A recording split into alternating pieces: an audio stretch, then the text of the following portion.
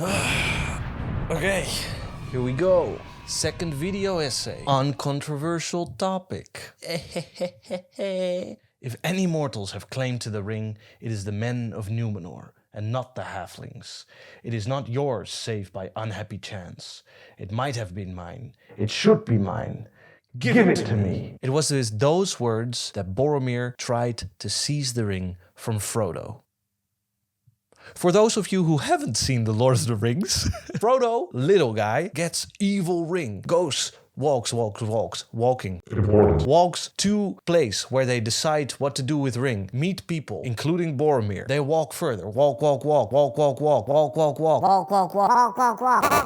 In order to destroy ring, Boromir tries to take ring from Frodo. Bad. Boromir dies. Frodo walk, throw ring into fire. Lord of the Rings, fun story. We will be analyzing that guy, Boromir, who tried to seize the ring from Frodo. Because even if you have seen the movies or read the books, something you might not know is that Boromir wasn't the first one to fall for Sauron in his culture. He was descended from the Númenóreans, which was Tolkien's Atlantis, and their realm sank because they listened to Sauron. So how is it that someone from that same culture would make the same mistake again? Now, I'm not just trying to answer this question because I am a huge Tolkien nerd. In Boromir's fall, I see parallels to our current society. He fell for the same mistakes his ancestors made, and I think that we are doing the same thing. The disastrous consequences of fascism aren't even a human lifetime ago. My grandparents ate tulip bulbs in the Netherlands under the German regime during a winter without food. How is it possible that fascism is rising again? Race riots in the UK, Donald Trump, Geert Wilders in the Netherlands, Marine Le Pen in France, the rise of the AfD in Deutschland, Germany. Why did I do that in German? It's late. How is that possible? What is fascism, and how exactly are we sliding back into it? I will not be making the simple claim, oh, Boromir tried to seize the ring from Frodo, that's why he's a fascist. No, L take. Uninteresting, boring. I will show that the way in which Boromir falls for Sauron, just as his ancestors did, is the same way we are once again falling for fascism. Not only that, I will show that the reasons why Boromir falls for the ring are the same reasons we are falling for fascism once again. I will be analyzing the history and the culture that Boromir came from, and how this affected his psychology in such a way that when the circumstances were exactly right, disaster struck, while constantly relating this back to our current situation and our history. Preliminary remarks on fascism. Am I a leftist YouTuber now? Now that I'm drinking on camera? Now, although these videos will obviously be about fascism, I will not be giving you a definition of fascism at the start. I won't be giving any Wikipedia bullet point list of, fascism is a movement with authoritarian leaders and blah, blah, blah, blah. No, I won't give it to you, because fascism doesn't work that way. It's a very flexible ideology that can bend whichever way it needs to in order to seize power. This makes it very slippery to define, and so I won't be giving a definition per se. I will be giving you the building blocks or the conditions that are necessary for fascism to develop. In order to do this properly, we need to take a look both at our culture and our political economy. As historian Robin de Sla writes, fascism is deeply entwined with Western culture. Because of this, we often don't spot when fascism arises, because ultimately, fascism isn't as far removed from our basic intuitions about the world as we would like. It is as Matt Colville remarked about Boromir in one of his live streams. Boromir doesn't go mad. He doesn't go insane. He's not suddenly gripped by violence. The ring leads him down this path of logical statements, each one of which follows from the other, including the last things he said. It should have been mine. It could be mine. It will. He's going to take it, right? He works himself up to it. Fascism isn't just one thing. It is an unfolding thing. So giving it one definition here is useless. Some clarifications are necessary at the start here, though. Hitler was a fascist. Some fascists will try to argue that there is an essential difference between the National Socialists in Germany and the Italian fascists. However, this distinction only serves to hinder a deeper understanding of the connections between the two, which only serves fascists. The National Socialists in Germany and the Italian fascists are both subsets of a fascist ideology. And though they all share a family resemblance, fascists are exceedingly good at morphing their ideology in order to fit the specific local needs in order for them to seize power. Therefore, fascism can vary quite a bit from place to place. Now, I am Dutch, which means that my understanding of fascism comes from a specific Western European, and more specifically Dutch, context. This does not make this video any less interesting if you're neither of these. The difference between Dutch and German fascism on the one hand and, for example, American or Australian fascism on the other hand is that the white population in Europe has never had to deal with the fact that they live on stolen land, which they got through genocide. That is not to say that the Dutch didn't do those things elsewhere in the world, but it's merely a fact that I use to point out that fascists everywhere need to appeal to slightly, if not radically different sentiments in the population in different areas in order to seize power there. Part 1. The Fall of Númenor, or the Númenórean descent. They sank into the sea. You get it? The Númenórean descent into fascism. Now that that's out of the way, let's get on to Boromir. In order to truly understand Boromir's relapse, we need to understand an event that literally reshaped the world. The fall of Númenor, which is basically Tolkien's Atlantis. Take the events from The Lord of the Rings, which I just explained. Mini guy gets ring, Boromir tries to seize it from him, doesn't work, mini guy destroys ring. Evil defeated. Rewind thousands and thousands of years, all the way to the First Age. Timeline-wise, this is the Third Age. Númenor falls in the Second Age, but we start in the First. Because there, the original evil, Sauron's daddy, is plaguing the lands, and the elves are at war with him. There are some men who help the elves to defeat the original evil. He's eventually defeated, thrown out of the world, blah, blah, blah. The men who help the elves got their own wee island gifted by the gods. This island was raised up from the sea, and the 3 houses of men that helped the elves sailed there. The island was in the west, and so these men became known as the Númenóreans or the Dúnedain, which both mean men of the west. Tolkien was a language nerd. Good stuff. The island kingdom that was gifted to them was called Númenor, or Westland, land in the west. Small note on the use of men in this video essay. I'll try to avoid using men when Tolkien talks about humans. He tends to do this. This is an old-fashioned thing, you know? I might slip up, though, because men of the West, men of the West, men of the West, everywhere in Tolkien's writing. I'll try to be either translating something from Tolkien, from like another language, or I'll be referring specifically to the literal men of the West, which becomes important. The Númenóreans were also gifted a longer lifespan as a result of their valiant deeds in the war against original evil. The first king of Númenor, Elros Tar Miniatur, who was the brother of Elrond, who the little guy sought advice from in the movie, he lived for 500 years. The people of Númenor didn't grow old and die like we do. They grew old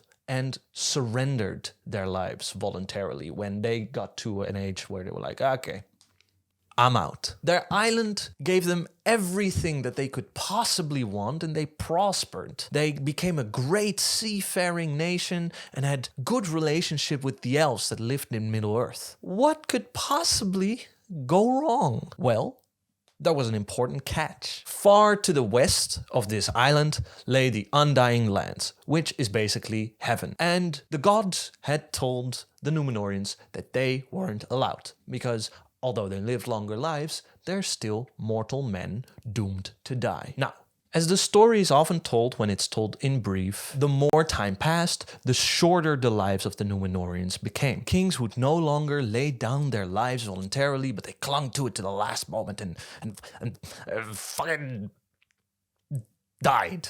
Like we do. Like I will, probably.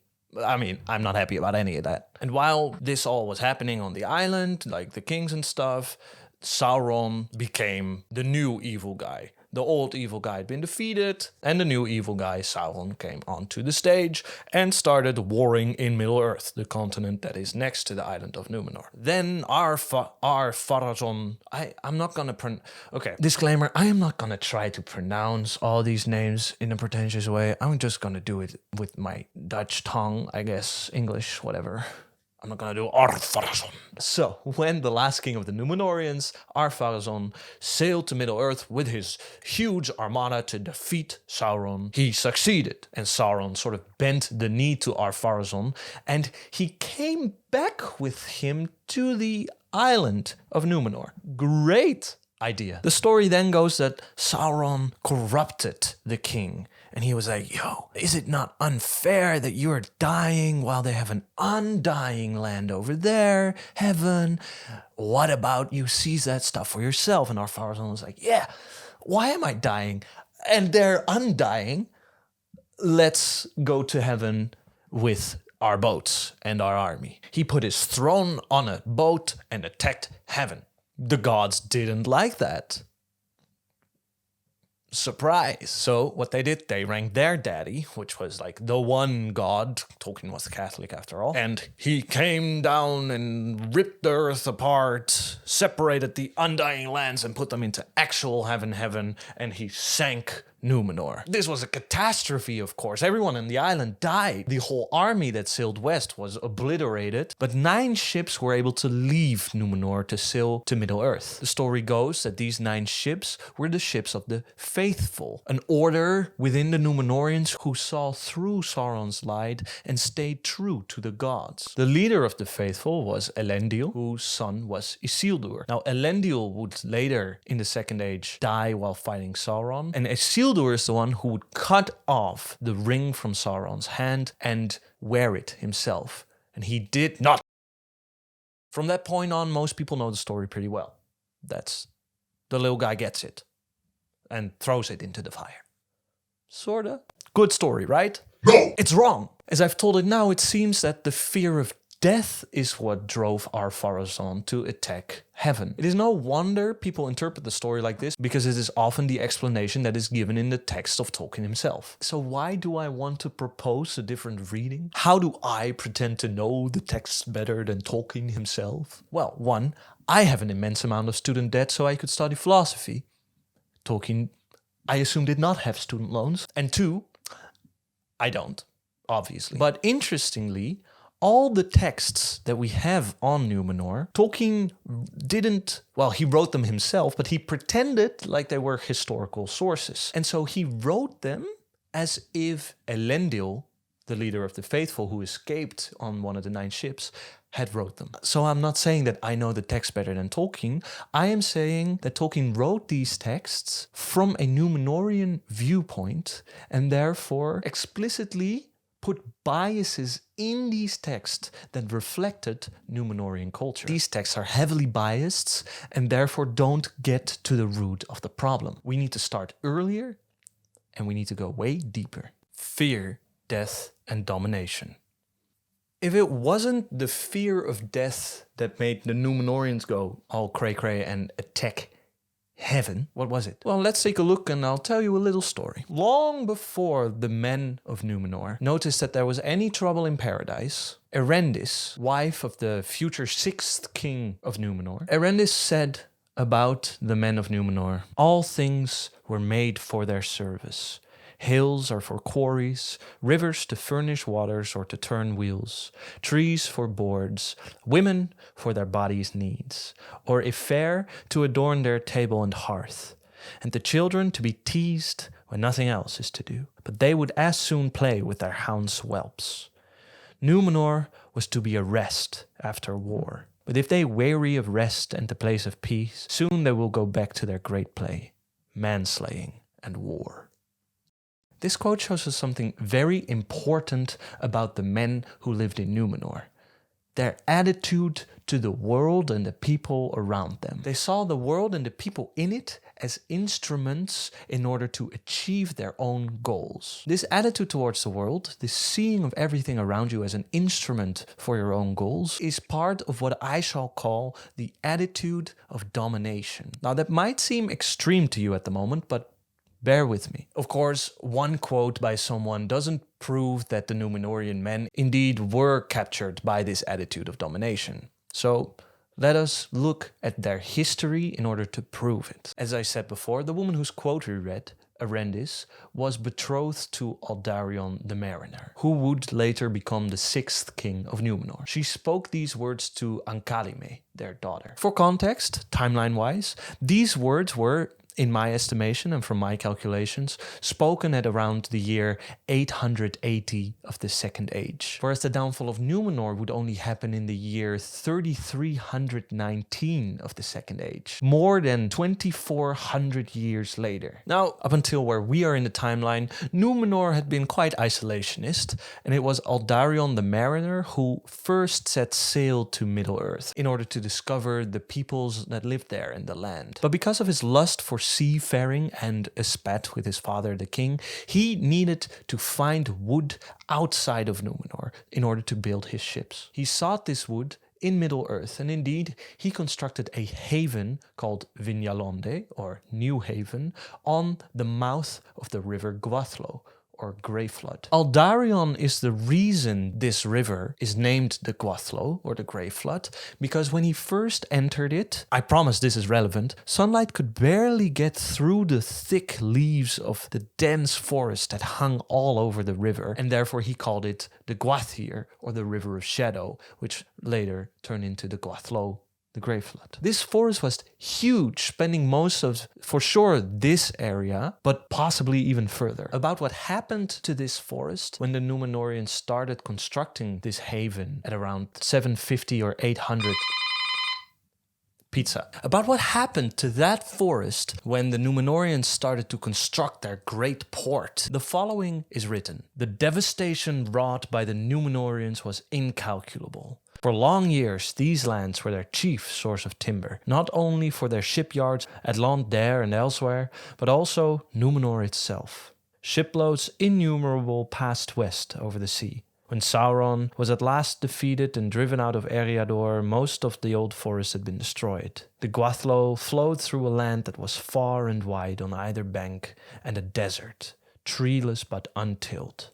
Sauron's first defeat, which is referenced here, was in the year 1700 of the Second Age, which means that in the span of 900 years, this immense forest was completely cut down by the Númenóreans. The natives of these forests were all killed or driven out, but we'll get back to that. In his video on the fall of Númenor, Men of the West says that it was around this point, with the defeat of Sauron, that the Númenóreans were at the height of their virtue, though not yet overall power and strength of arms. However, I would argue with Appendices that this is not the case. The Númenórean attitude of domination, which, as I will show, is the cause of their downfall, is already present here. We see it in the complete deforestation of Middle-earth and the displacing and murdering of the people who were living there. Their attitude of domination caused them to see these trees as something that is rightfully theirs, and not only that they could use it however they saw fit. War, ships, crafts, much more. After the first defeat of Sauron and the deforestation of Middle-earth, the Númenóreans began to build more and more permanent settlements in Middle-earth because,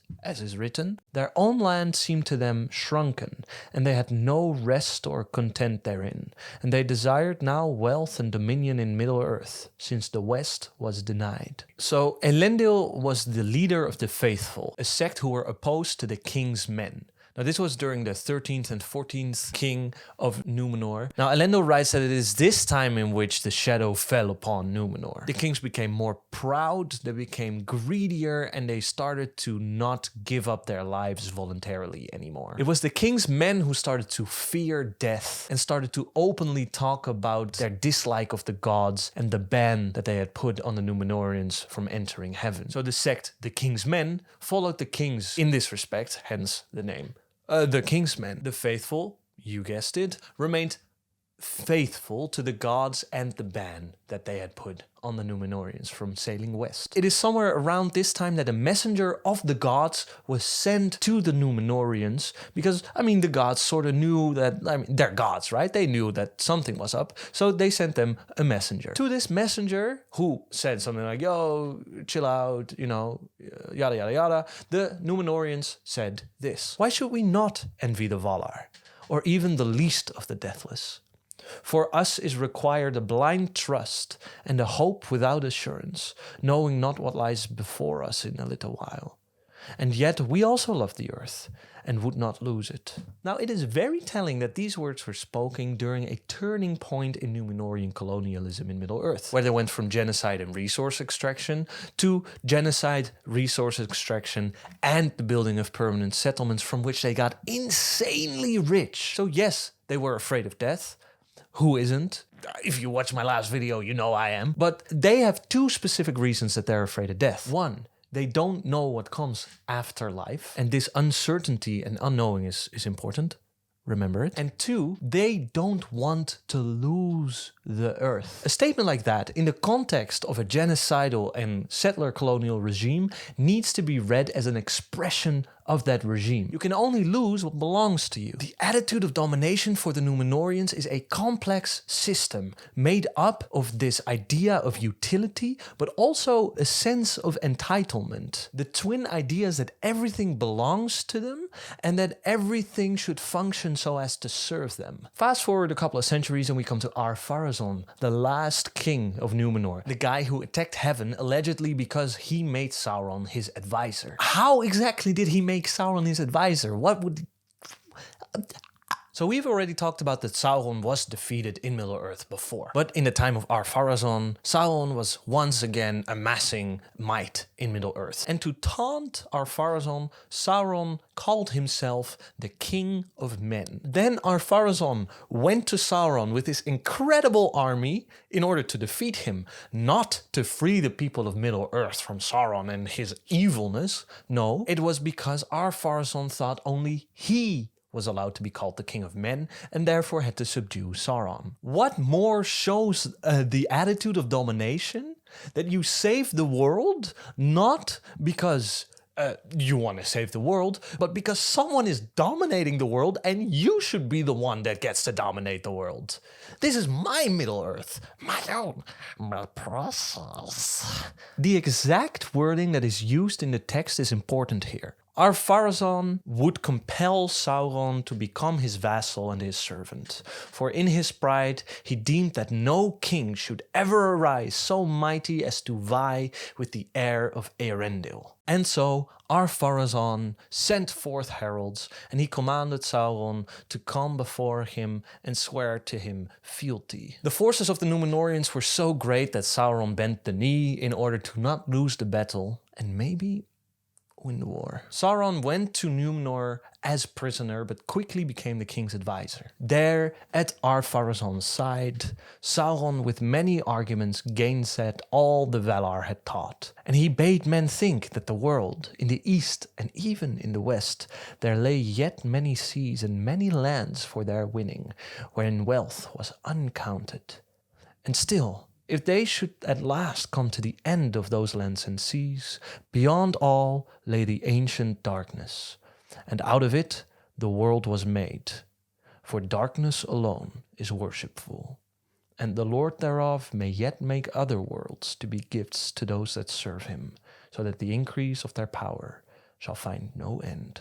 This was the point that Ar-Pharazôn started making human sacrifices, taking primarily members of the faithful, since they didn't super like the guy. Ar-Pharazôn was filled with fear and wrath, and this was the moment Sauron had been waiting for. And Sauron spoke to the king, saying that his strength was now so great that he might think to have his will in all things, and be subject to no command or ban. And so Ar-Pharazôn amassed a huge fleet, put his throne on the biggest ship, and sailed to the Undying Lands to lay siege to heaven itself. Of course, when he landed there, well, the gods weren't happy. They were all wiped out. Númenor was sank, and the world was split apart.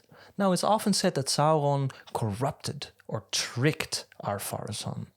I want to argue that he did nothing of the sort. This is because Sauron did not convince Ar-Pharazôn of anything he didn't already believe or was already predisposed to believe. Sauron tapped right into his attitude of domination and gave it a clearer focus. That much is true, but enmity against the ban of the gods had already existed for 1,000 years, as had the rift between the King's Men and the faithful. If left alone, I'm pretty convinced that the Númenóreans were headed down this path anyway. Sauron was just the catalyst. There was no corrupting because Sauron merely played into an attitude that already existed before he did any of his corrupting. There was no tricking because he didn't tell Ar-Pharazôn anything he did not already believe. Yes, he did tell him the lie that Morgoth, the first Dark Lord, made the world, but Ar-Pharazôn already believed that the world should be his. Sauron only told him this lie so that this claim would be justified. He merely provided a justification and a clear target for the Númenórean attitude of domination. So it wasn't just the fear of death that caused the downfall of Númenor. The words of Appendices already pointed to what I've called the attitude of domination, and we've throughout history shown how this attitude of domination was always already present with the Númenóreans. The attitude of domination being this sense of entitlement and this utility thinking. But I also don't want to downplay the role the fear of death played in the downfall of Númenor. Even in the end, it was said of Ar-Pharazôn that he was filled with fear and wrath. And at that point, Sauron came to propose his fatal attack. Let us take a closer look at the relationship between fear and the attitude of domination. And we will do this by looking at the work of Theodor Adorno and Max Horkheimer. A relative recently asked me whether I dress normal when I go to official events or when I teach. What do you answer to a question like that? What do you... Well, leave it in the comments. In the opening lines of their work, The Dialectic of Enlightenment, Adorno and Horkheimer write, "The Enlightenment has always aimed at liberating men from fear and establishing their sovereignty. Yet the fully enlightened earth radiates disaster triumphant." Adorno and Horkheimer were two German Jewish philosophers, and they looked at the world around them and saw a world in shambles, caused by one of the, if not the most destructive war the world had ever seen. And this at the end of an era of so-called enlightenment, in which philosophers and scientists had proclaimed the rationality and freedom of all people. Adorno and Horkheimer weren't anti-enlightenment, but they looked at the ruins it had left behind and said, "Girl, we need to talk." The question of the book was, if the Enlightenment was so great, why isn't there an Enlightenment 2? I need to rephrase that a bit. The question of the book was, if the Enlightenment was so great, why was the sequel 2 World Wars? So, why discuss this book, which I've pretentiously placed on top of the book stack when we're talking about Númenor? Well, that is because Adorno and Horkheimer claim that the logical outcome of the Enlightenment is fascism. And they show this precisely by analyzing the relation between fear and domination. They echo the words of Appendices when they write that what men want to learn from nature is how to use it in order to wholly dominate it and other men. That is the only aim. This is why knowledge is power. Power and knowledge are synonymous because when you know a thing, you can manipulate it and have power over it. Enlightenment behaves towards things as a dictator towards men. He knows them insofar as he can manipulate them. The man of science knows things insofar as he can make them. In this way, their potentiality is turned to his own ends. In the Metamorphoses, the nature of things as a substratum of domination is revealed as always the same. This is a very fancy way of describing the attitude of domination. By looking at the world through the lens of utility and entitlement, we, the Númenóreans, reduce the nature, the essence of everything to something that can be dominated. But this is nothing new. I explained all of this to you in great fictional detail. What is the relation of all of this to fear? And more specifically, the fear of death. Because we can't just talk about any old fear. Fear is fear of something. If fear has no object, it's called anxiety. And the Númenóreans weren't anxious. They were afraid. The object of their fear, as is often proclaimed, was death. Looking at Adorno and Horkheimer's text, I want to argue that there is a deeper fear than the fear of death at play here. The fear that A&H focus on is the fear of the uncomprehended. They write that man imagines himself free from fear when there is no longer anything unknown. So, at the basis of our Númenórean psychology, Adorno and Horkheimer put the fear of the unknown. In the words of their contemporary, when we all fall asleep, where do we go? Death, for humans, is the ultimate unknown, and especially in Tolkien's world building. It is specifically said that, unlike elves who live forever, men will always be doomed to die and will leave the circles of the world. And what is beyond that, no one knows. And the doom of man, that they should depart, was at first a gift of Ilúvatar. It became a grief to them only because, coming under the shadow of Morgoth,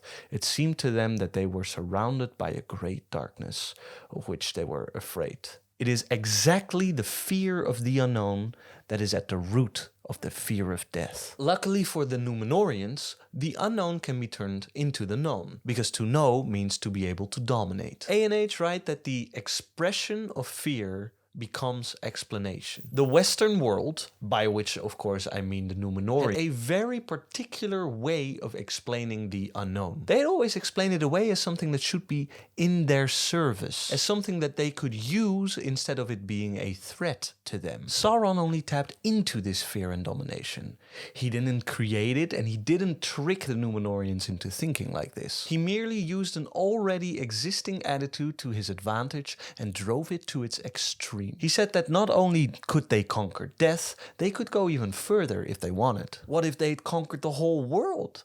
Isn't there always something outside the world? Always another unknown? As we saw, Sauron convinced the Númenóreans that the very unknown out of which the world was made could be used to conquer an infinity of things, of worlds, because out of this unknown, new worlds could always be made. It was with these words that he pushed the attitude of domination to its very extreme, and only then Ar-Pharazôn acted. So it is the fear of the unknown in Númenórean culture and psychology that activates a certain kind of explanation in the form of domination. But I think we need to make this particular point a bit more complex than A&H portrayed in the Dialectic of Enlightenment. And while the rest is complicated enough, on this particular point I think they've missed something, because I don't think it is only or purely the fear of the unknown that leads us to dominate. I would argue that it is precisely the entitlement part that we've already discussed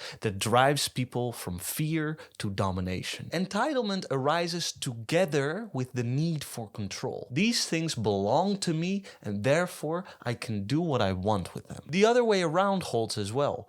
Because I can use these things, it should belong to me. Entitlement is both an offensive sentiment and a defensive sentiment. This becomes visible when we look at situations where we don't get what we want. When we get separated from the things that we want, we suffer. But when we are separated from things that we feel entitled to, this is not just a neutral suffering. Take, for example, incels who feel that they're entitled to the attention or even affection of women. And when they don't get this is not a neutral separation for them. This is not just a neutral loss for them. Because they feel entitled to this affection, this now becomes a wrong that is done to them. Another situation might be when white people throw fits about affirmative action programs because they feel entitled to those jobs. I'm using examples right now that might be a bit out there, like incels make a lot of noise and are a lot in discourse. Who knows an incel, really? But everyone has this. It is a protection mechanism that protects us from the suffering that comes with loss. Because now we can blame something else for that loss. Don't feel the loss and the sadness that comes with it when we think about death.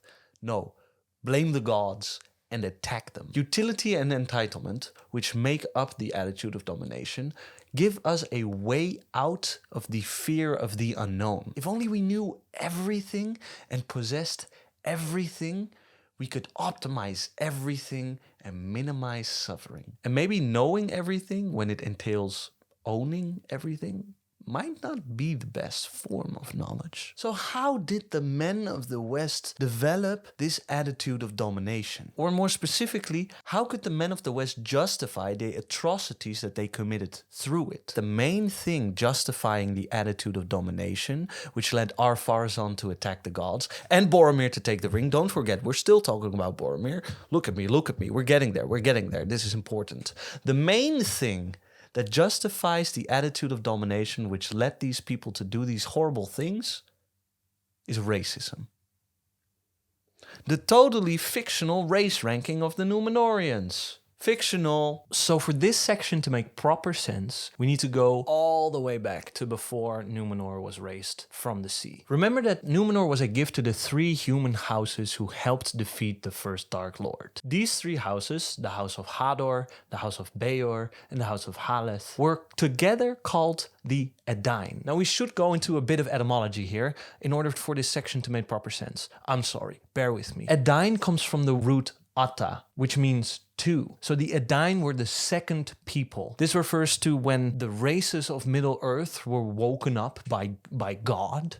The first were the elves. They were the first to awaken, and the humans were the second to awaken. Now, you'd think that Edain then would refer to all humans, but you'd be mistaken for some reason. The word is almost exclusively used in reference to these 3 houses. Right there we can already see what might be going wrong, but we'll develop it. The House of Hador and the House of Beor, although speaking slightly different languages and having different cultures, they were both pretty similar, both coming from the same origins and both having dealt with the elves a lot. Of the houses of Hador and Beor, the following is said: the men of the 3 houses throve and multiplied, but greatest among them was the House of Hador Goldenhead, peer of elven lords. For the most part, they were tall people, with flaxen or golden hair and blue-grey eyes, but there were not a few among them that had dark hair, though all were fair-skinned. Opposed to that, those from the House of Beor had dark or brown hair, with grey eyes. They were less fair in skin, some indeed being swarthy. The folk of Beor were a small people, having no more, it is said, than 2,000 full-grown men, while the folk of Hador were a more numerous people. Each host was as great as all the folk of Beor. The folk of Hador are often referred to as the greater folk, and the folk of Beor often as the lesser folk, probably referring to this difference in size. This is all important, I promise. We're getting there. We're getting to the racism, guys. So just stay focused, stay with it. It was the language of the folk of Hador that would later become Adunaic, the language of the Númenóreans. They also clearly made up the bulk of the Númenórean people. Arendis, who we quoted earlier with the quote about the quarries and hills and the men and their women, was descended from the House of Beor, and was dark-haired and of slender grace, with the clear grey eyes of her kin, which was a beauty of a kind seldom seen in Númenor. So, most of the Númenóreans were descendants of the folk of Hador, being blonde-haired, blue-eyed, and fair-skinned. But why does this differ so much from the way Aragorn and Boromir look in The Lord of the Rings? They're descendant from the Númenóreans, right? Well, that is because of the faithful who founded Gondor after the fall of Númenor were descendant from the House of Beor. So much for the main 2 houses, whose language and culture is mostly alike. The other house, the House of Haleth, also called the Halethrim or the Haladin, were the odd one out. Haleth was a chieftain from before the time of Númenor, and she was proud and unwilling to be guided or ruled, and most of the Haladin were of like mood. The Haladin did not live under the rule of lords or many together, but each homestead was set apart and governed its own affairs. These people all lived in the shady woods of Brethil. The Haladin looked somewhat like the grey-eyed Beorians, but they were of lesser stature and less eager for lore. They used few words and did not love great concourse of men, and many among them delighted in solitude, wandering free in the green woods while the wonder of the lands of the Eldar was upon them. In the First Age, the Haladin were often referred to as woodmen and things like that. They were probably more numerous than the folk of Beor, but no certain count of them was ever made, for they came secretly in small parties and hid in the woods. The folk of Haleth were strangers to the other houses of humans, speaking an alien language, and though later united with them in alliance with the elves, they remained a people apart.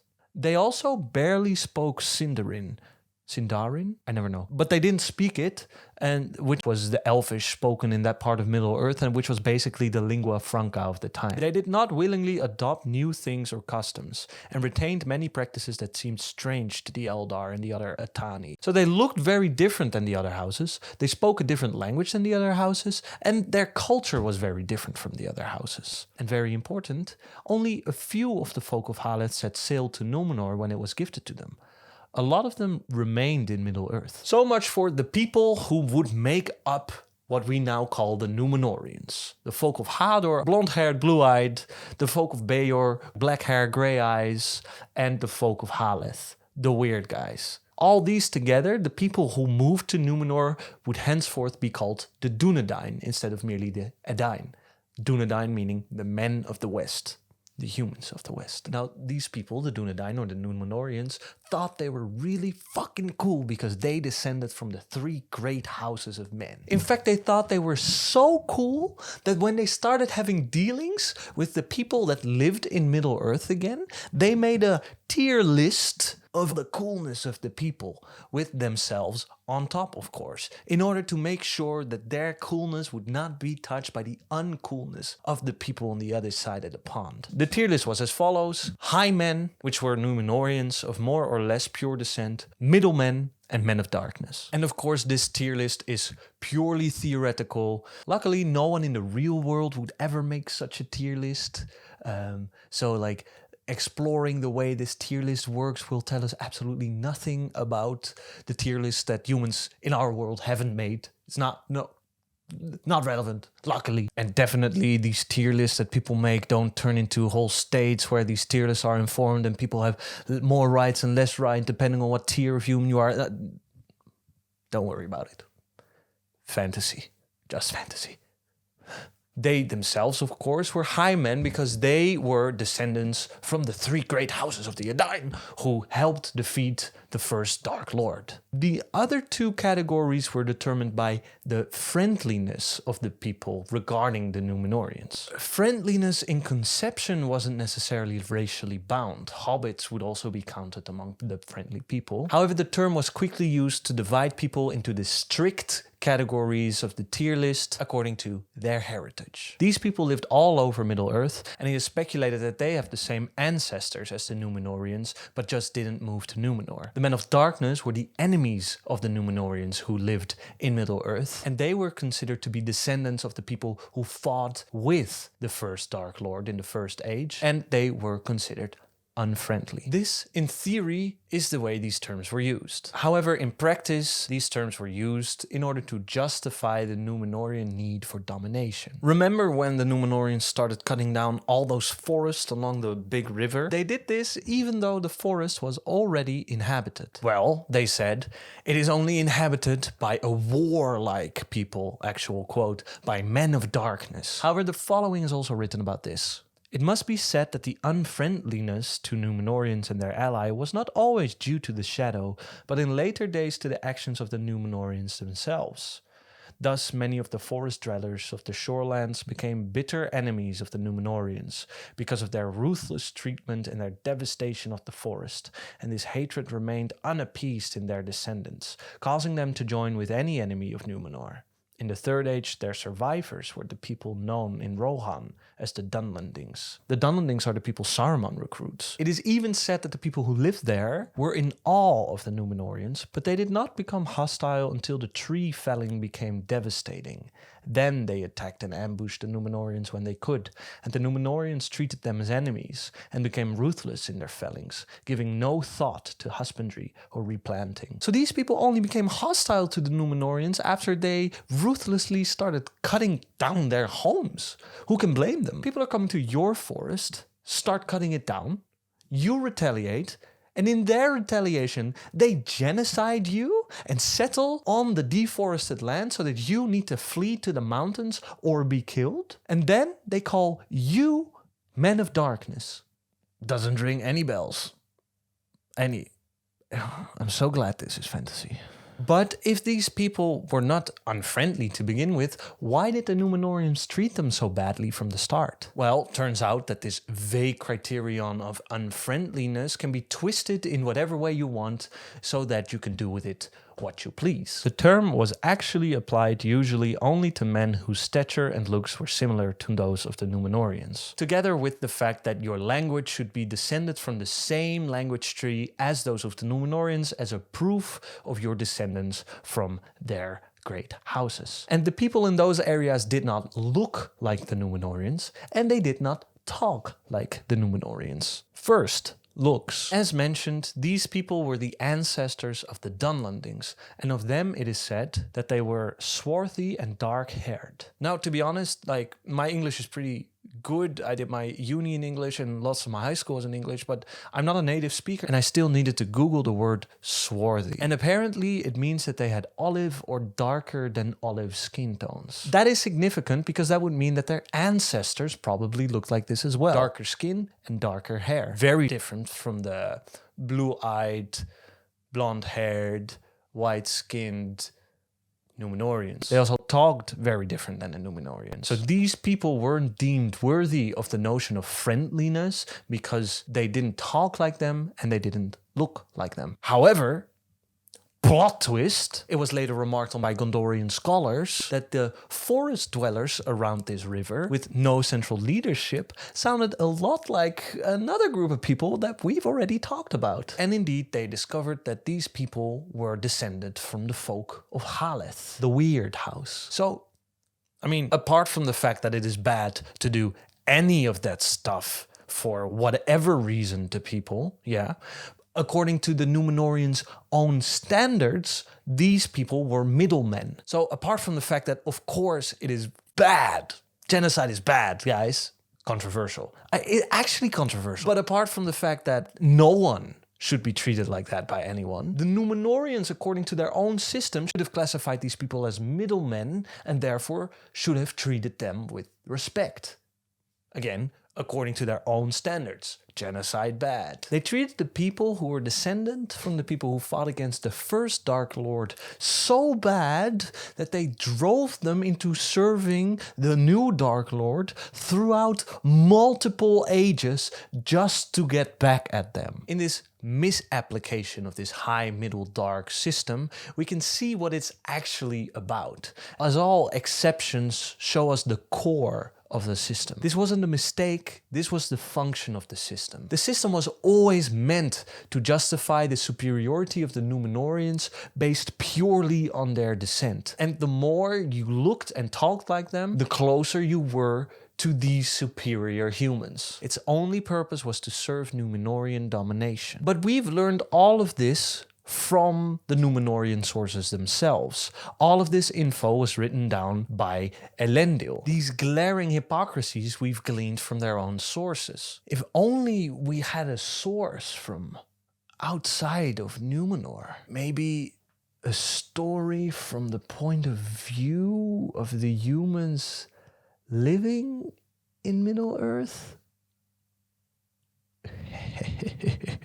We have one like that. Tolkien wrote it, and it's the story of a guy named Tal Elmar. And while he is native to Middle-earth for sure, we're not precisely sure of the location of the story. Tal Elmar's people were, in Tolkien's words, swarthy, but he himself was tall, white-skinned, and had grey eyes. He looked different from the rest of his people because his grandmother was white and from the east. One day, he is sitting with his father, Hazat, on the coast, and he sees 3 ships. His father is afraid of these ships, and he tells Tal Elmar exactly why he's afraid of the high men of the seas. These indeed we may dread as death.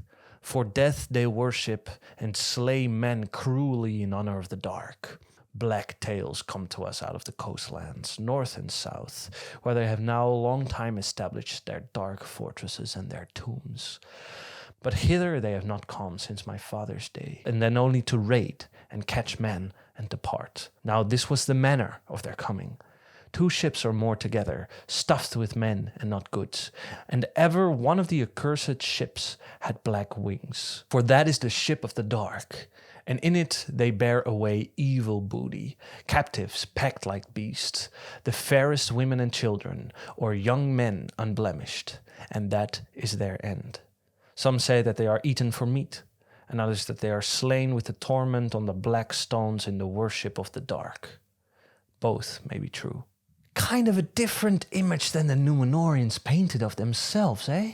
So, Tal Elmar is tasked with scouting out the area where the ship should have landed, but he is spotted by the Númenóreans, and because of his looks, they initially think he's an elf. But when he speaks, they realize that he is native, and they immediately become hostile and seize him and bring him to their leader. They suspect, because of his skin color, that he must have been captured by the natives as a kid, that he was a Númenórean, but that he has forgotten the language. Then, all of a sudden, Tal Elmar is able to speak their language because he had a dream at some point.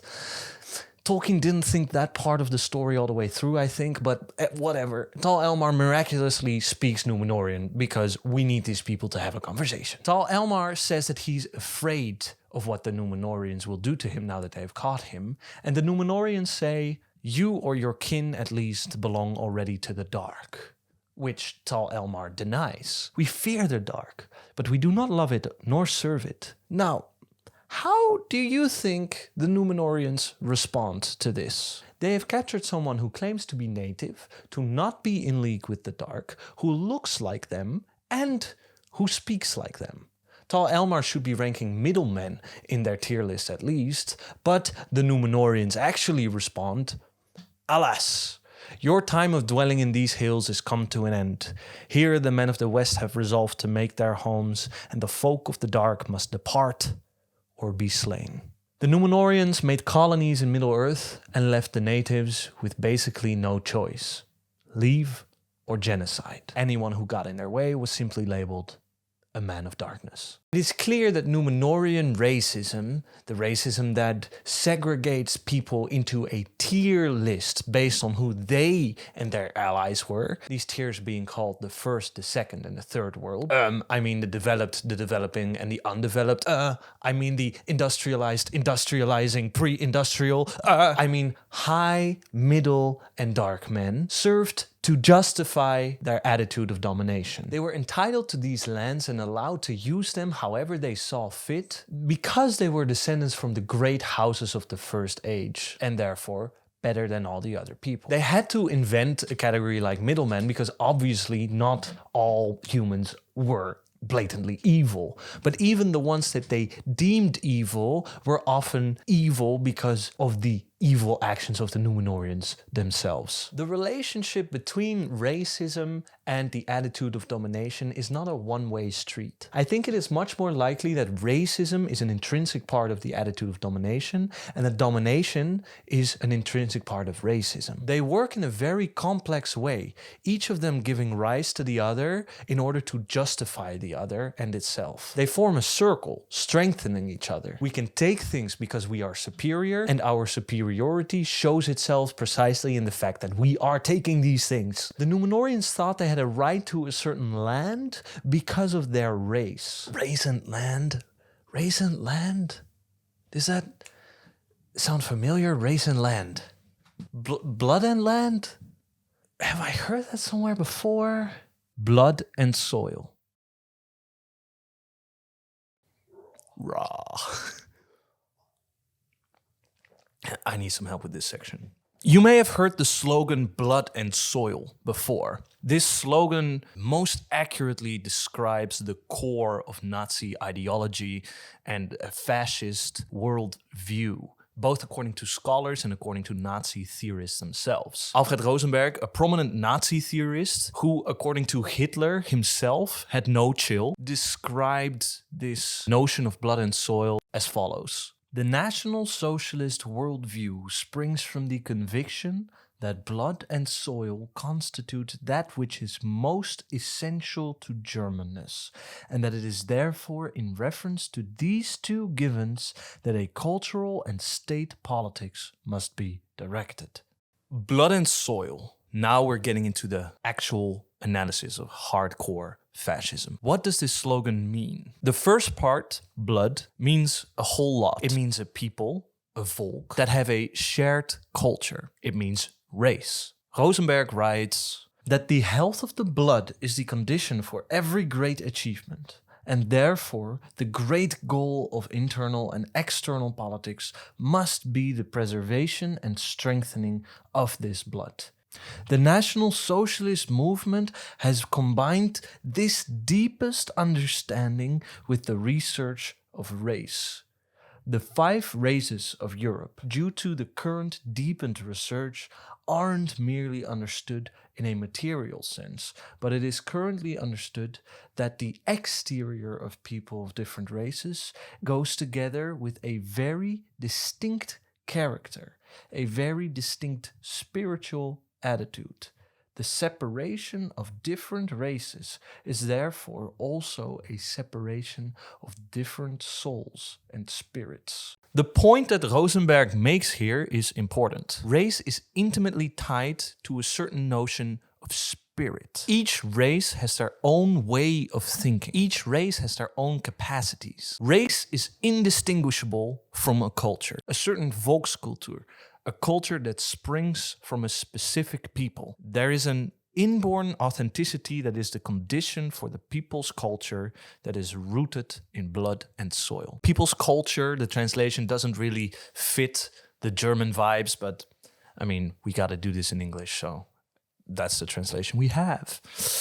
Or I made, I guess. Volkskultur, or people's culture, is not the only term Rosenberg uses to describe this idea. He also talks about the soul of the race, the character of the people, the soul of the nation, essence of the people, and the soul of the culture. Because Rosenberg treats these concepts as synonymous, it becomes clear that he equates volk with culture and nation. And because race is so intimately tied up with this spirit of the people and of the nation, it becomes clear that race is also synonymous with all these concepts. The downfall of a race of people, according to Rosenberg, is often, if not always, the result of race mixing. He speaks of the greatness of the Greeks and their culture, but that because they started mixing the race, they lost and watered down the culture that made them so unique and great. Because the great soul of the culture is tied to each specific race, the mixing of that race will water down the soul of that culture. Such a race mixing doesn't beget a nation, but a chaos of peoples. Or in the words of the Dutch fascist politician, Thierry Baudet, the Dutch population is being homeopathically watered down with all the other peoples of this world, so that there won't ever exist another Dutch person again.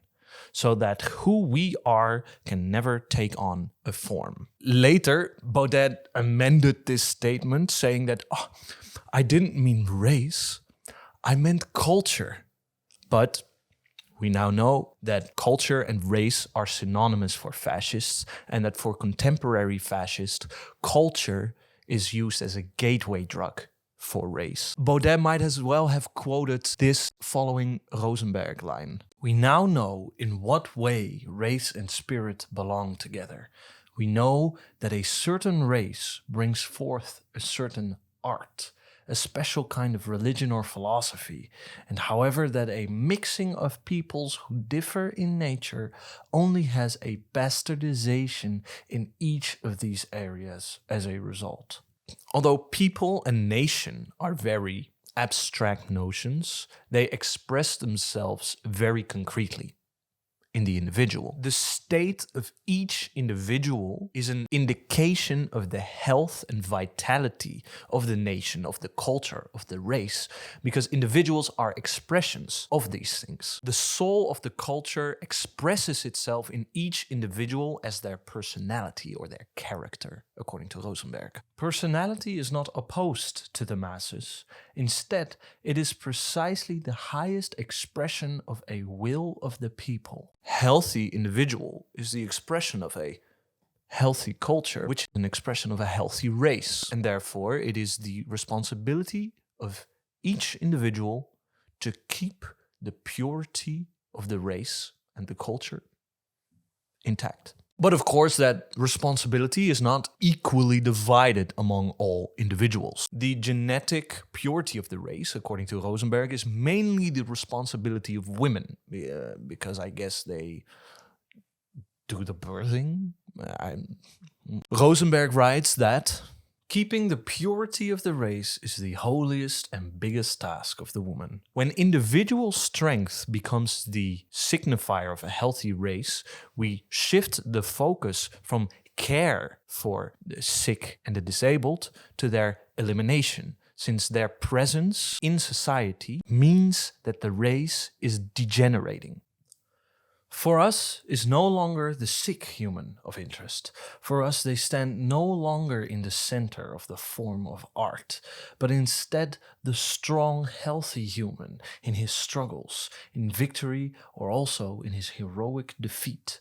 Although here Rosenberg talks about art and the theater, this soon became a biopolitical practice. 60,000 people who were deemed, and I quote here, incurable idiots, either those born as such or those, for example, those who suffer from progressive paralysis, who've become such in the last phase of their lives, were killed or euthanized by the Nazis. The point is that when a strong personality or character is indicative of the health of the people, of the blood, then its opposite is indicative of its degeneration. And if the strength of the blood is made the highest political goal, the consequences for people who aren't deemed to be of strong blood are, we might say, not good. What do we need in order for individuals to grow strong characters? Well, in order to protect blood and personality,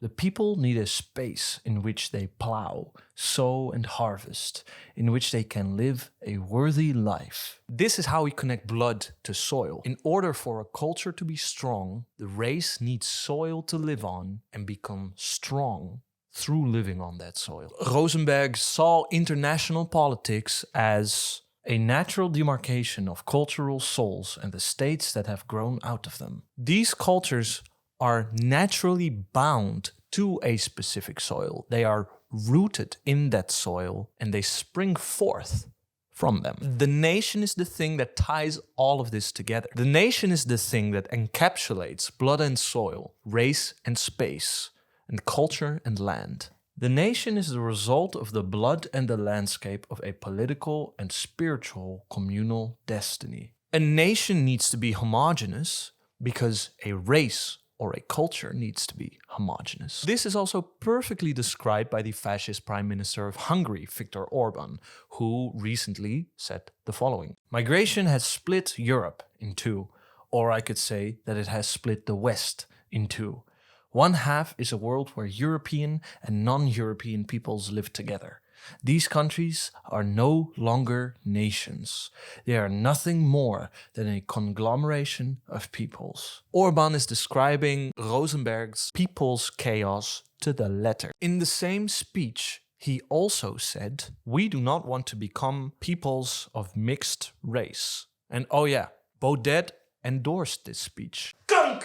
And in this speech, Orban isn't even hiding the fact that he's talking about race instead of culture, which is something most Dutch fascists do to slide under people's fascism radar. We now have a good grasp of some of the theoretical underpinnings of fascism.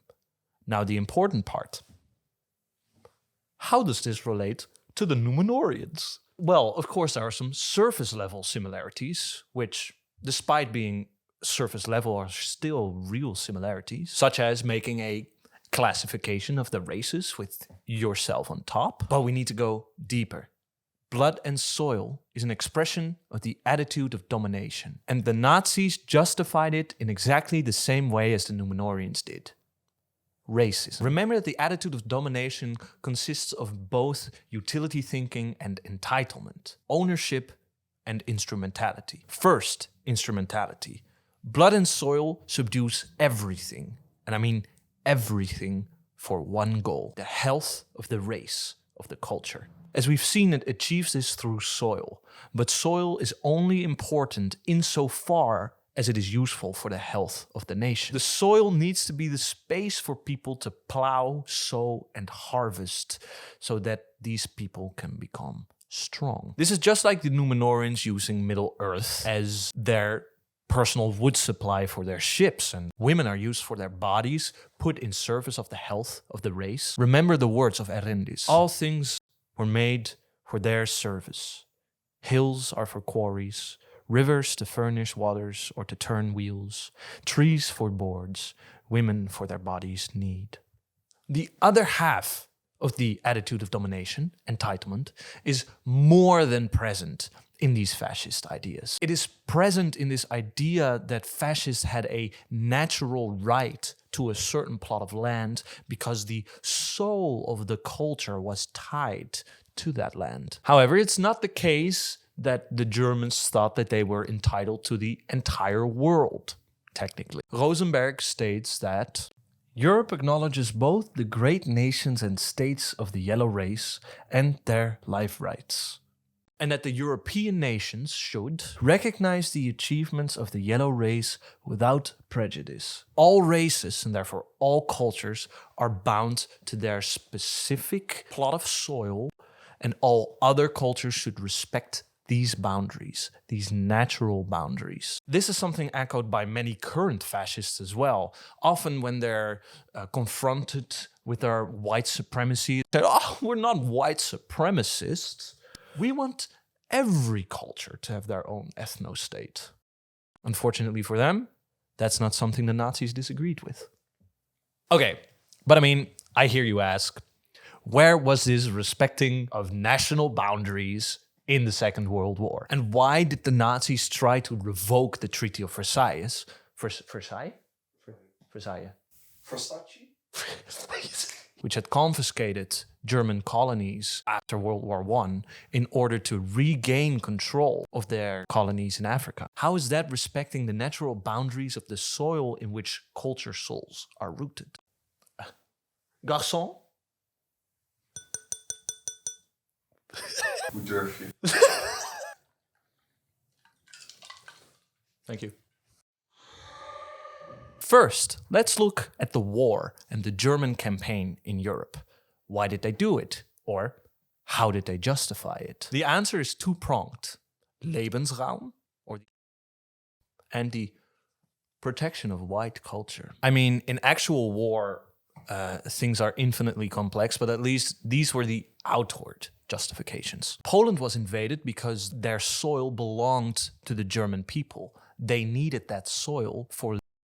But they couldn't use this justification to invade France, for example. Rosenberg wrote that France is saturated because its soil has already been populated by foreign migrants. The Nazis thought that the other nations of Europe didn't protect white culture properly and therefore made itself the protector of the culture of the white people on this globe. So, if the other white nations couldn't protect the race, the Germans would have to do it for them. In this way, we can glimpse a theme that we will discuss in more detail later, especially when we come to Boromir, the way in which every fascist defense is always already an attack. But if every culture was bound to a specific soil and these natural boundaries were to be respected, why did the Germans want their African colonies back so badly? And why did they glorify the British Empire so much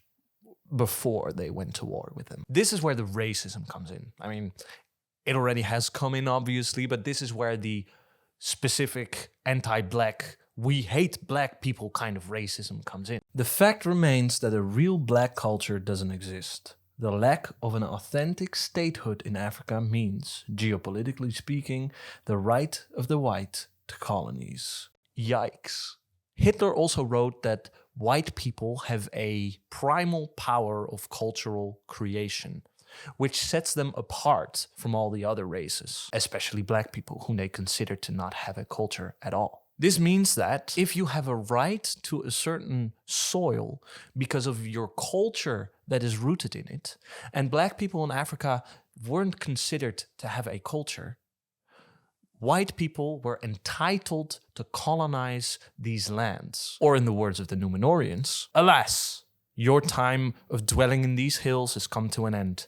Here the men of the West have resolved to make their homes, and the folk of the dark must depart or be slain. The Númenóreans felt entitled to the lands of others because they saw themselves as superior due to them coming from a certain bloodline. I think we could call Númenórean culture a blood and soil culture, but if you don't want to call it that, you must admit that it comes awfully close. It's this cultural creation that ties a race throughout its history to a certain soil that makes the white race, its history, and its soil superior to that of others. We can here again quote the Dutch racist politician Thierry Baudet when he said the following in Parliament during a debate about reparations for the Dutch colonial past in Indonesia. We speak today of that grandiose project of beauty and honor that our people have taken upon their shoulders there,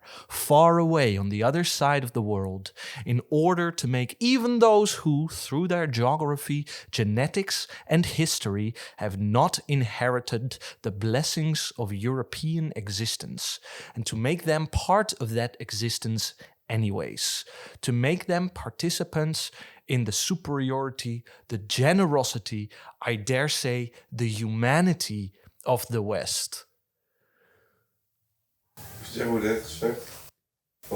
Again, we can see the complex relation arise between the attitude of domination and racism, each justifying the other. We are allowed to dominate others because they are worth less, and exactly their worthlessness is proven by the fact that we are dominating them. The entitlement to colonies also shows that every fascist defensive move is always already an offense. The protection of the culture and the protection of the race always happens by the destruction of others. For example, Rosenberg states that it is the task of France, through its great African possessions, where it is its mission to protect Europe from Africa, to not tolerate an African advance to Europe, nor to prepare it. The great replacement theory is still to this day very much alive. Also, Italia, with its growing population, cannot settle down until the state can really take over the custody of its children in certain parts of the Adriatic Sea and North Africa. According to fascists, in order to defend white children, we need to attack black and brown ones. So we've seen that fascism is an outgrowth of the attitude of domination. With its utility thinking and sense of entitlement, it subjected both people and earth to its own ideology. We've seen the complex relation between the attitude of domination and racism and the way they both justify each other. We know that the specific attitude of domination of fascism or fascists is expressed in the ideas of blood and soil. We've discovered this so far through an investigation of Númenórean culture, and we've seen that their culture shares a large structural part with that of fascism, which is not good. But I can hear you say, wasn't there a faction of the Númenóreans that didn't partake in all of this stuff? The faithful, they were against Sauron's influences, right? Hashtag not all Númenóreans. What about them? Well, let's see. What about them? The faithful Gondor and Arnor, or racism to avoid hurt feelings. As said before, towards the end of Númenor's Above the Sea era, the rift between the faithful and the king's men was already starting to grow larger. Then when the last king was gathering his fleet to sail to the Undying Lands to attack the gods, the faithful hid from him and gathered their own fleet. Then, when Númenor sank, they were taken to Middle-earth on a huge tidal wave. Art. There, they established two realms in exile, Arnor and Gondor. Isildur and Anarion were the day-to-day rulers of Gondor, while Elendil was High King of both kingdoms and ruled from Arnor. Gondor and Arnor didn't appear out of thin air, because at this point the Númenóreans had already been building permanent settlements and killing natives for more than 2.5 millennia. Yet the faithful did build huge new cities. The city that would later be known as Minas Morgul, the city that would later be known as Minas Tirith, and Osgiliath. Even though there were already a lot of settlements in place, the establishment of 2 whole new kingdoms can't have gone without any strife with the people already living there. Though war never ceased on their borders, for more than 1,000 years the Dunedain of the south grew in wealth and power by land and sea, until the reign of Atanatar II. Understatement alert, understatement alert, understatement alert. War never ceases on your borders, and yet you continue to grow. I wonder what happened. Almost like those headlines saying Israeli kids are being murdered while Palestinian minors are dying. So Gondor wages colonial wars, and every time the people that they are killing and stealing land from attack or start to fight back, the Gondorian histories record this as sudden outbursts of violence, and the Gondorians then use this as an excuse to slam back twice as hard. I am so glad this is all fantasy. No, for real, look at this video about the borders of Gondor and notice how huge Gondor was in comparison to the way it is in the events in The Lord of the Rings. And 2, each time how they lost a little bit of land, how they immediately got a lot more back. Arnor was eventually defeated by the Witch King, and his royal line became rangers, living in the wild, hunting evil in secret. And probably kissing is what I think. That's canon. That's canon. Gondor kept on expanding for a while, but then lost more and more land and even had a civil war because people thought the royal bloodline wasn't being kept pure enough. The blood of the kingly house and other houses of the Dunedain became more mingled with that of lesser men. Jesus fucking Christ. Totally normal thing to start a civil war over. So what about #not all Númenóreans? How can the faithful claim that they were the good guys if they were the ones, after the fall of Númenor, that transformed Númenórean extraction colonialism into full-blown settler colonialism? This has to do with the same racism that we saw before, but with an added element of guilt. Why guilt? Well, because the faithful weren't as guilty as the king's men of the deeds that led to the downfall of Númenor, but they weren't innocent either. They were guilty in at least these 2 ways. The first is that they actively participated in making colonies in Middle-earth, and their attitudes towards the humans living in Middle-earth wasn't that much different from the other Númenóreans. This is evidenced by Elendil only saying that they started to treat humans badly when the Númenóreans started building permanent settlements, while they had already committed genocide before. Like, almost a millennium before. The second way in which I think the faithful are at least partly responsible for the downfall of Númenor is that they were negligent. Nowhere that I have found is it actually written down that the faithful actively did something against the king's men. It seems like they were only against them in spirit, but they never undertook any action, never any sabotage, not even a protest or something. Even when they were being slaughtered and sacrificed themselves. And nowhere in the books it says that they rebelled against that. They just took it. Because they didn't fight against that shadow that fell over the heart of the men of Númenor, they are, I think they're definitely guilty of the fall of Númenor as well. The faithful and the later Gondorians descended from them could mitigate this guilt via racism. Dutch philosopher and sociologist Willem Schinkel writes the following about guilt and racism. Note that the Dutch word for guilt, schuld, implies both guilt and debt, meaning that when there is a guilt, there's a debt that is owed. There is a certain consolation that lies in the asymmetry that you have also been sentenced to bear guilt, but that you at least can always point to others with extra guilt. This is exactly how the faithful could still valorize themselves and then carry on with business as usual. Colonialism and genocide. Because, they weren't perfect in Númenor, but there are all these other men that are so much worse. Those guys are men of darkness, and they literally serve someone who's ontologically evil. So the faithful could have been better, sure, but we can't think of that right now because there's evil guys running around everywhere. Only problem is, of course, as we've already seen, people were classified into the men of darkness category just because they didn't have white skin, blue hair, and blonde eyes, and they didn't talk like the Númenóreans, and they came to serve evil because they were genocided by the Númenóreans in the first place. The King's Men literally followed Sauron's advice, but the Númenóreans didn't really do that, but they also didn't super do anything against it, so they think their hands are blood-free. And even if they do maybe incidentally have some blood on their hands, look at the blood on the hands of those guys.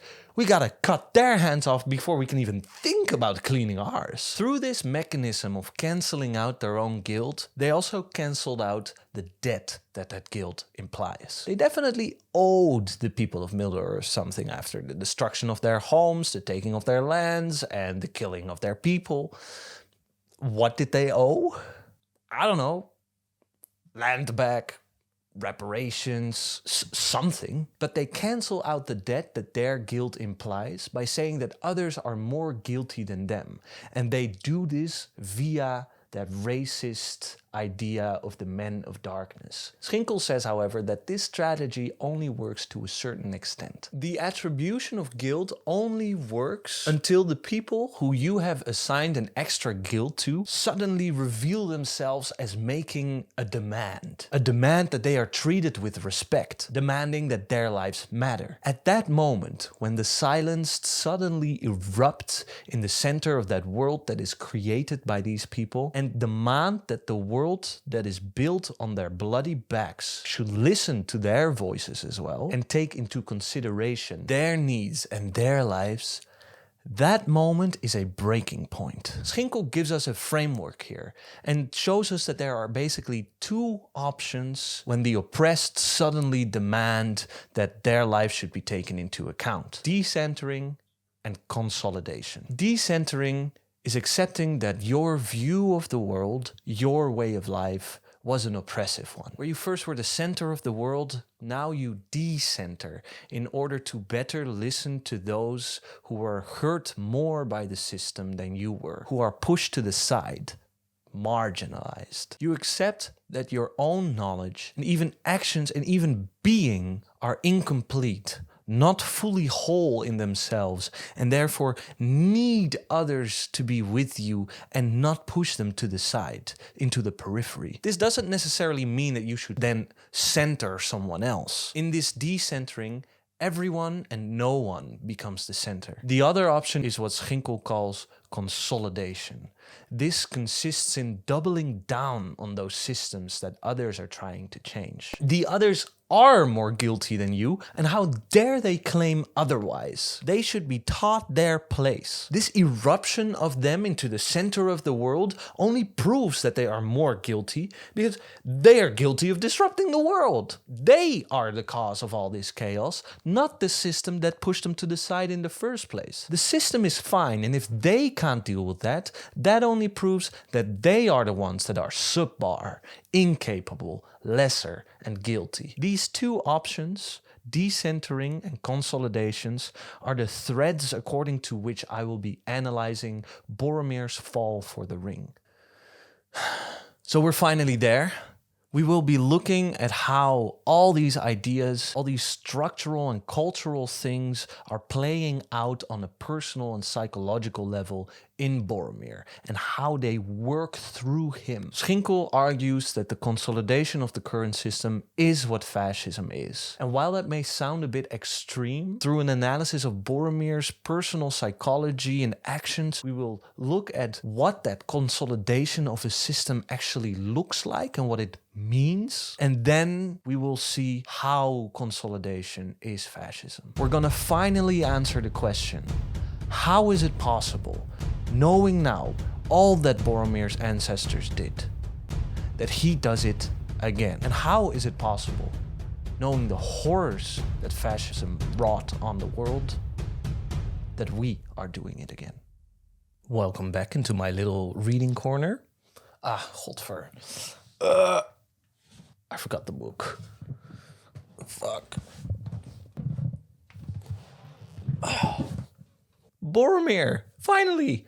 We made it! We now know all about the culture in which Boromir was raised. We are skipping more than 1500 years from where we last left off with the Gondorians and their civil war on the purity of the blood. We are going to the Council of Elrond in the first book, where Boromir is introduced. Politically, Gondor has been on the decline. The line of kings has all but disappeared, and the country has been ruled by a line of stewards. We will start at the Council of Elrond and already see how almost everything we talked about shows up in Boromir. Then from the Council of Elrond onwards, we will go through Boromir's story and see how exactly, from the moment he gets introduced to the moment he seizes the ring, how exactly he works himself up to that. So the Boromir in the books is a very different man from the one in Peter Jackson's films, in my opinion. His motivations differ somewhat,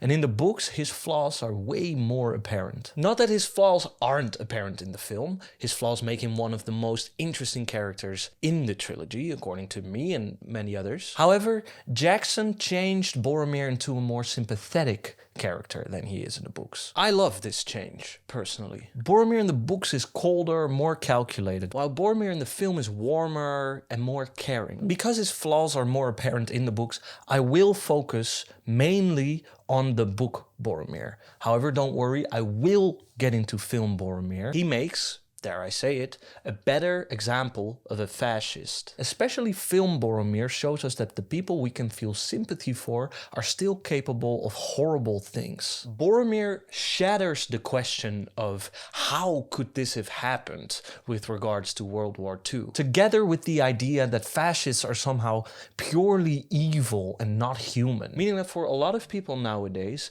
if someone in real life doesn't seem purely evil, surely they can't be fascist. Boromir shatters this cartoonish conception of what a fascist is. We root for him, we care for him, he falls to the shadow, and when he speaks his last words, we cry. Boromir shows us that all of these things aren't contradictory, and that if we want to defeat and understand fascism, we need to take this into consideration. The Council of Elrond. And seated a little apart was a tall man with a fair and noble face, dark-haired and grey-eyed, proud and stern of glance. He was cloaked and booted as if for a journey on horseback, and indeed, though his garments were rich, and his cloak was lined with fur, they were strained with long travel. He had a collar of silver in which a single white stone was set. His locks were shorn about his shoulders. On a baldric he wore a great horn tipped with silver that now was laid upon his knees. He gazed at Frodo and Bilbo with sudden wonder. "Here," said Elrond, turning to Gandalf, "is Boromir, a man from the south. He arrived in the grey morning and seeks for counsel. I have bidden him to be present, for here his questions will be answered." With these words we are introduced to Boromir. He has come to seek counsel in Rivendell with Elrond because he had a prophetic dream. Elrond suspects his dream is about the One Ring, the ring that Frodo is carrying. So he invites him to sit on the council that decides what they will do with the ring. Boromir traveled for 11 days from Minas Tirith to Rivendell. What on earth is this dream about, and what could make him travel so far? Is he that desperate? Why? Gondor wanes. Gondor, Boromir's kingdom, is at war with Mordor. Sauron's kingdom, basically. They have lost big parts of their already reduced kingdom, including a major defensive stronghold, Minas Ithil, which is now named Minas Morgul, and their capital, Osgiliath. We already saw that the territorial might of Gondor had been waning for hundreds of years, and now with these blows, they are becoming truly desperate. Calling Gondor a kingdom at this point is even a stretch. There hasn't been a king in Gondor for a while, and there have been 26 generations of stewards ruling the country. Not only is Gondor losing land and cities, but their cultural might is also on the decline, at least according to their own standards. Their knowledge of the world, of its happenings, its history and its secrets is dwindling. No one in the entirety of Gondor even knew where Rivendell was located, and that has been one of their biggest historical allies. In the dream Boromir had, Isildur's Bane was mentioned, which is a reference to the One Ring. And they didn't even know what Isildur's Bane was anymore, even though it was the bane of one of their most important kings, one of the most powerful things in the whole world. And when they stand at the edge of Lothlorien, an elven forest that the Fellowship needs to go through, Boromir doesn't want to go in. But of that perilous land we have heard in Gondor, and it is said that few come out who once go in, and of that few, none have escaped unscathed. To which Aragorn replies, "Say not unscathed, but if you say unchanged, then maybe you will speak the truth. But lore wanes in Gondor, Boromir, if in the city of those who once were wise they now speak evil of Lothlorien." Forgive my accents, I'm trying to make a way too long video essay at least a bit watchable. So both their geopolitical power and cultural power are waning. That is important to note in order to understand Boromir's desperation. He truly believes that Gondor is at the verge of collapse, which is of course fertile soil for consolidation, because people only feel the need to double down on existing systems and their beliefs about those systems if they're in danger. If everything is well, no one thinks about it. This decline of Gondor, or of any nation for that matter, gives rise to the question, how do we take care of ourselves again? Do we double down on a system that was already in place and benefited only a select group of people? Do we make Gondor great again? Or, now that the stuff is breaking down anyways, are we gonna try something new? Do we decenter? Recalibrate? We know which one Boromir is gonna choose. But why exactly does he choose it, and what do those moments, even the smaller moments of consolidation, look like? Boromir's consolidation, his doubling down with this attitude of domination, always already goes hand in hand with racism, something we've already discussed in detail. But what does this look like in practice? Let's have a look. Boromir, racism, and Gondorocentrism. So Boromir is desperate. Gondor is fighting a losing war, but according to Boromir, it is not only Gondor that is at stake if Gondor falls. It's the entire world.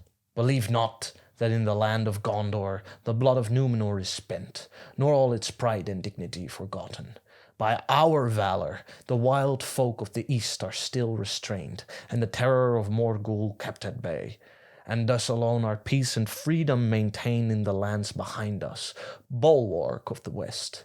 Note that the glorifying comments about Gondor and the blood of Númenor go hand in hand with racist remark about the wild folk of the east. Now, fighting for Sauron isn't good, but we've already seen that these people most likely had a very good reason to fight against the Gondorians. They massacred their people and stole their land. This situation is also an example of how every fascist defense is always already an attack. The defense against Sauron, who is a literal evil, is used to consolidate the supremacy of the Gondorians over the wild folk of the east, who are dehumanized, and the rest of Middle-earth, who he sees as being defended solely by the Gondorian war effort. Aragorn rightly calls him out on these delusions. He is also from Númenórean blood, and he, together with his rangers in the north, protect the people there from shadows. Many evil things there are that your strong walls and bright swords do not stay. You know little of the lands beyond your bounds. Peace and freedom, do you say? The north would have known them little but for us. Fear would have destroyed them. And yet less thanks have we than you. Travelers scowl at us, and countrymen give us scornful names. Yet we would not have it otherwise. This clearly shows the two styles of defense and their motivation. Aragorn defends the people and he gets no credit for it, while Boromir claims to be defending all of the people of Middle-earth, yet in this defense he centers the glory of Gondor. And this Gondorocentrism runs through everything that Boromir does, with maybe the exception of his very last act, but we'll get to that. For now, let's look at the riddle that was the cause for Boromir's traveling to Rivendell, because his interpretation of it tells us a lot about the thing that he is actually keen on defending.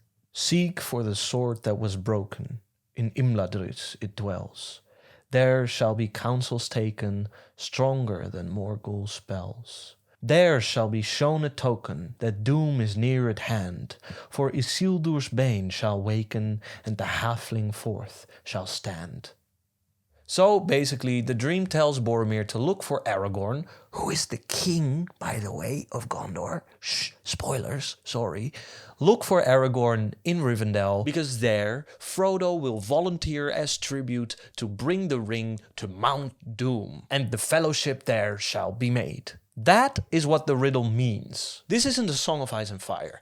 That is what the riddle means. There's no ambiguity here. That, however, is not how Boromir interprets this riddle. Listen to this part, where the ring is shown for the first time at everyone at the council. Boromir's eyes glinted as he gazed at the golden thing. "The halfling," he muttered, "is then the doom of Minas Tirith come at last? But why then should we seek a broken sword?" "The words were not the doom of Minas Tirith," said Aragorn. Boromir interprets the lines "doom is near at hand" as the doom of Minas Tirith, which now, by the way, functions as the capital of Gondor. So by extension, he sees it as the destruction of Gondor. He doesn't try to protect the whole of Middle-earth from doom, however much he tries to make others believe that. He fights to protect Gondor. The end of the world? Forget about it! This might be the end of Minas Tirith! At this point in the Council of Elrond, Boromir has only spoken 2 times. The first time he claims that Gondor is defending all of Middle-earth by virtue of their Númenórean blood. And there's this underlying sentiment to this, that this makes him both better than the people he's protecting and than the people he is protecting them from. The second time he speaks, he undercuts this with his true intentions: protecting Gondor. This Gondorocentrism, which I've named this, I'm allowed to make up words, I've got a master's in philosophy now. If you're this much in debt because you wanted to do philosophy, you are allowed to make up words. Gondorocentrism. This Gondorocentrism is the reason that he even wants to join the Fellowship on the quest to destroy the ring in the first place. Literally, the reason Boromir goes with them is because he wants to go to Minas Tirith and it's on the way. They're going in the same direction. And at some point, he'll go off to Minas Tirith and the rest will go off to Mordor to throw the ring into the volcano. You have my bow and my axe. I'm headed there anyways. I might just as well take along for a bit. It's fine. Racism is a constant in any interaction that Boromir has with other people, whether they're human or not. In the books, Bilbo proposes that he could take the ring to Mordor first, before Frodo does. Boromir looked in surprise at Bilbo, but the laughter died on his lips when he saw that all the others regarded the old hobbit with grave respect. Boromir sees an old, tiny creature of a race he'd never heard of before propose to take the ring to the most dangerous place in the world.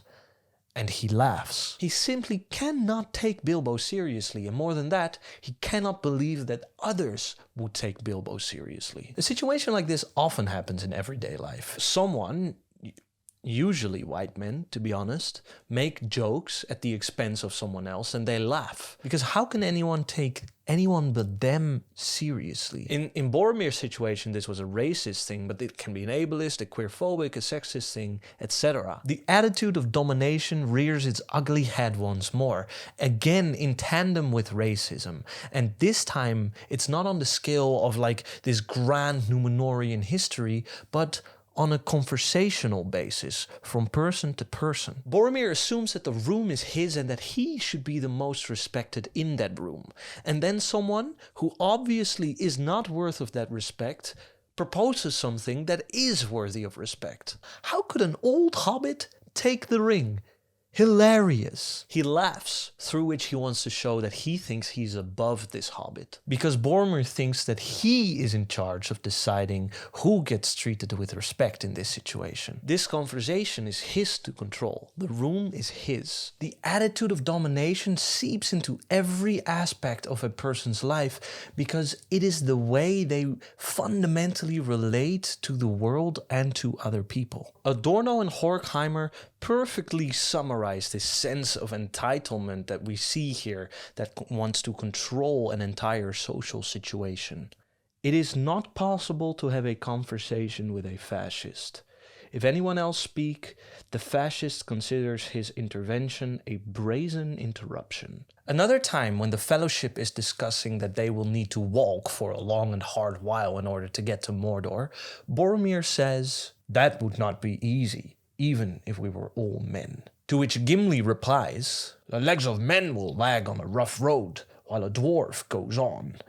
Be the burden twice his own weight, Master Boromir." It is in these situations where he feels inadequate or insecure or unsure somehow, because, well, he is uncertain whether he can walk that far, that he feels the need to invoke his superiority over the rest of the Fellowship. It is in these little unsure moments that he consolidates. Racism impedes the efficiency of the Fellowship and even endangers Boromir's own life when they get to Caradhras. They try to make their way through a dangerous mountain pass, but there seems to be an unnatural snowstorm happening. Boromir suggests that he and Aragorn should make a path through the snow because they are the strongest. They get almost fully buried in the snow, but luckily their companion Legolas, the elf, is with them because he had disagreed with this plan from the get-go. The strongest must seek a way, you say?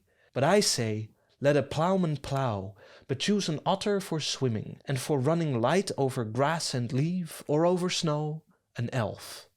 When Boromir returns, he refuses to acknowledge that he was wrong, even though his life just got saved by an elf.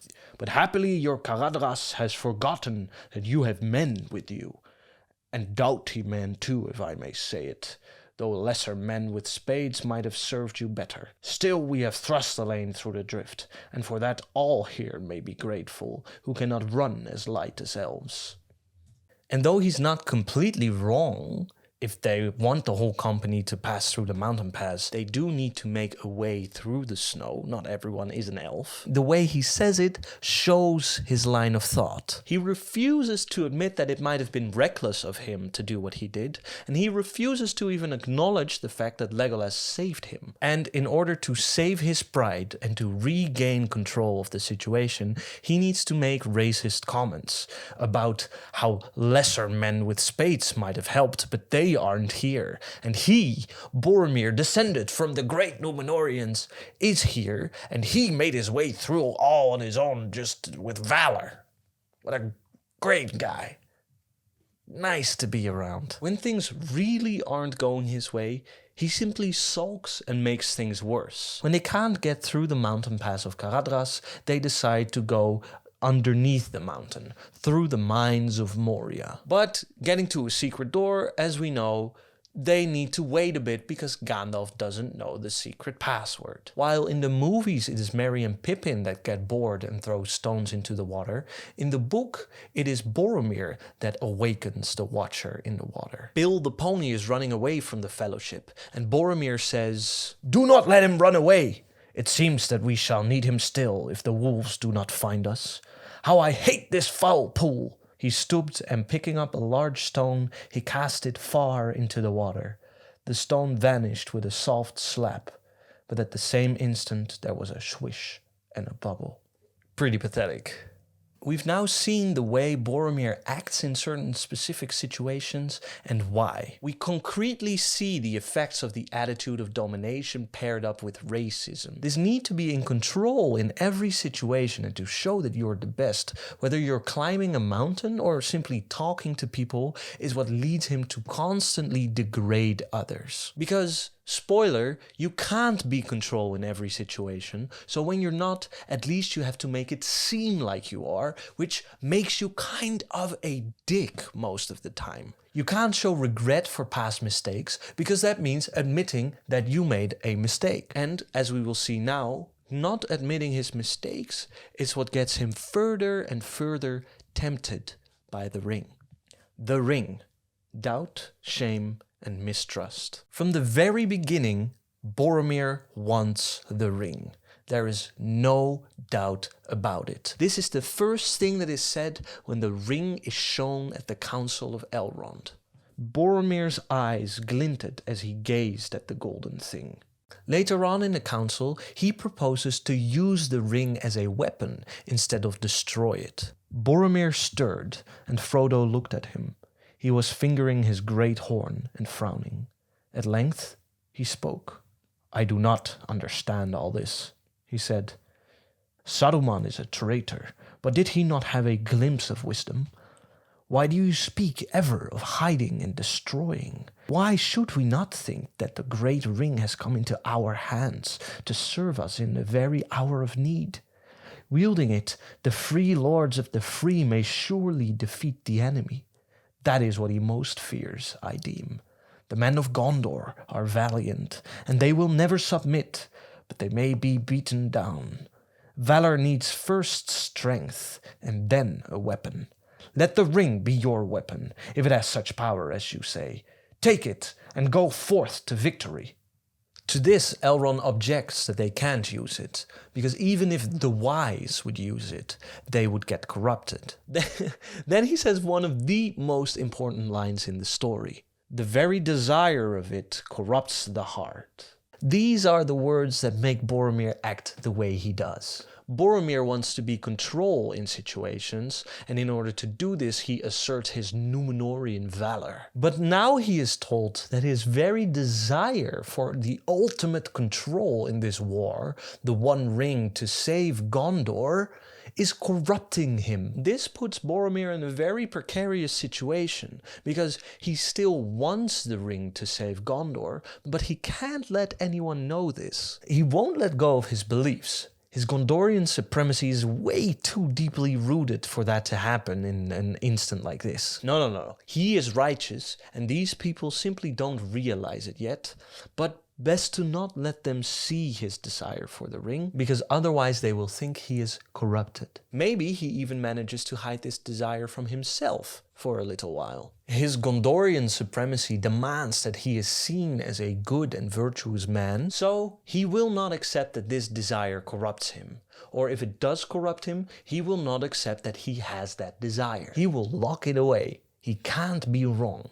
He won't accept it. But unfortunately, we all know what happens to desires when they get repressed. In the words of Sigmund Freud, "Damn, my mom looks good."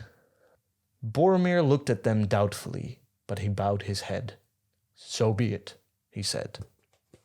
They go through the mines of Moria, lose someone very special, and we go to Lothlorien, to the elf forest. We're getting very close to Boromir's confrontation with Frodo. Up to now, he's been adamant about going to Mordor through Gondor, and people don't agree with him, so he is mostly sulked in the books up until this point. But in the forest, the Lady of the Forest, Galadriel, Mirror of Eris, says everyone, and everyone shares what they saw in their deepest desires.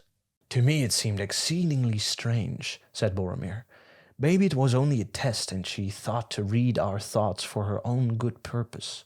But almost I should have said that she was tempting us and offering what she pretended to have the power to give. It need not be said that I refused to listen. The men of Minas Tirith are true to their word." But what he thought that the lady had offered him, Boromir did not tell. And as for Frodo, he would not speak, though Boromir pressed him with questions. She held you long in her gaze, ring-bearer, he said. Yes, said Frodo, but whatever came into my mind then, I will keep there. Well, have a care, said Boromir. I do not feel too sure of this elvish lady and her purposes. So we see that he was offered the ring by Galadriel, but that he views this as a temptation, something that she from the outside has laid upon him, instead of this desire actually being his own. In order to avert his own feelings of shame about being tempted by the ring, he aims his arrows at Frodo. What did Galadriel show him? Was he, perhaps, tempted by the ring? Can we still trust Frodo if we suspect that he might be tempted by the ring? And who is this elvish lady anyways to show us all these things? Luckily, Aragorn sees straight through Boromir at this point, and he says, "There is in her and this land no evil, unless a man bring it hither himself." Now, it is at this point that it's maybe good to also take a quick look at film Boromir. Because in Lothlorien, in the movies, he has a scene as well, which, honestly, I don't even remember if it's an extended cut or not, because I've lost all track of which scenes are in the extended cuts or not. I'm one of those people. But Jackson, in this iteration, has changed the vision Boromir had a bit, and now Boromir has seen like the bygone glory of Gondor and that there's still hope. And I think that this scene really exemplifies what Peter Jackson, together with Sean Bean's like great acting, does with the character.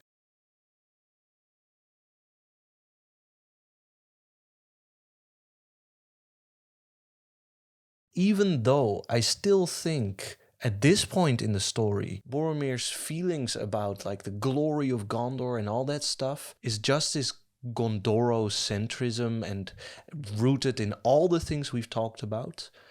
He's also just a guy who longs for home and is uncertain. Like this fear of the unknown that we've been talking about in the abstract, in this scene, I think we really feel like it is a fear people feel. You know? And I think that is something that movie Boromir really drives home. It is a real fear in real people, which then the reaction to that fear is horrible. But that fear is real, that emotion is real. And Boromir in the films isn't only that emotion, which he sort of is in the books. Like, I've gone through basically all of the scenes with Boromir in the books. But in the movies, we see him play with the hobbits. We see him teach. When Gandalf has died, he's the one that says to Aragorn, "Yo, man, let them grieve." So he isn't only this in the movies. And the movies ground these fears and the things we've talked about in a real person. That said, let's continue, because it's gonna get worse. Later on in Lothlorien, this happens again. Again, a situation where he feels shame for being tempted by the ring, but he tries to hide this from the rest of the Fellowship. He feels shame that he's tempted because he's a man from Gondor, valiant and righteous. How can he be tempted? Look at what happens when they are leaving Lothlorien. At length, he spoke again, softly, as if he was debating with himself. "If you wish only to destroy the ring," he said, "then there is little use in war and weapons. And then the men of Minas Tirith cannot help. But if you wish to destroy the armed might of the Dark Lord, then it is folly to go without force into his domain, and folly to throw away." He paused suddenly, as if he had become aware that he was speaking his thoughts aloud. "It would be folly to throw lives away, I mean," he ended. "It is a choice between defending a strong place and walking openly into the arms of death. At least, that's how I see it." Frodo caught something new and strange in Boromir's glance, and he looked hard at him. Plainly, Boromir's thought was different from his final words. Boromir doesn't want to throw the ring away, and he has almost come to terms with that in his mind. But he can't let the others know that Yet he almost let it slip just now. And why doesn't he want the ring destroyed? Well, it becomes clear that in the first instance, this is not because he thinks it's impossible. No, instead it is because if you want to destroy the ring, it makes the men of Minas Tirith useless, because they cannot help in that endeavor. And since Gondor is the main character, Boromir cannot allow that. We know that destroying the ring will cripple Sauron and his forces, but Boromir wants the Gondorians to do that in war. He wants to earn honor through war, and if that's the plan, the ring can't be destroyed, because he will need the ring in order to win that war. Sauron is simply too strong to defeat in battle, and Boromir knows that, otherwise he wouldn't want the ring so badly. So while he almost let it slip, he needs to find a way to make his lust for domination sound reasonable. And he does. It is a choice between defending a strong place and walking openly into the arms of death. Sounds reasonable enough at first glance. However, with hindsight, we know Frodo succeeded. Frodo lived. He walked into the arms of death and killed the devil, which means that although it sounded like it was impossible, it was possible. Boromir might appear reasonable, but he was also wrong. What can we learn from that? Well, first of all, that which sounds reasonable is not the same as that which is true. Second, it becomes clear that this reasonableness was put into service of the thing that Boromir wanted, not what should be done. He wanted to defend Gondorian blood, honor, and soil. That was his motivation. Only afterward did he come up with a reasonable justification. A justification which was false. This allows us to see that statement for what it really is. Boromir here is talking about whether we should consolidate or whether we should decenter. And the crux is this: consolidation will always sound like the reasonable option. That is because what is reasonable itself is defined by the things that we are used to, by the systems that we have grown up in. Keeping things the way we know them, maybe with some slight tweaks, will always sound like the reasonable option. Be reasonable is a command to do the things in the way we have always done it. And to not be reasonable is to be too out there, too unrealistic, to not say the things that we are used to saying and believing. Things have always gone this way, and they have always gone moderately well, we tell ourselves. To do things in a radically different way sounds impossible.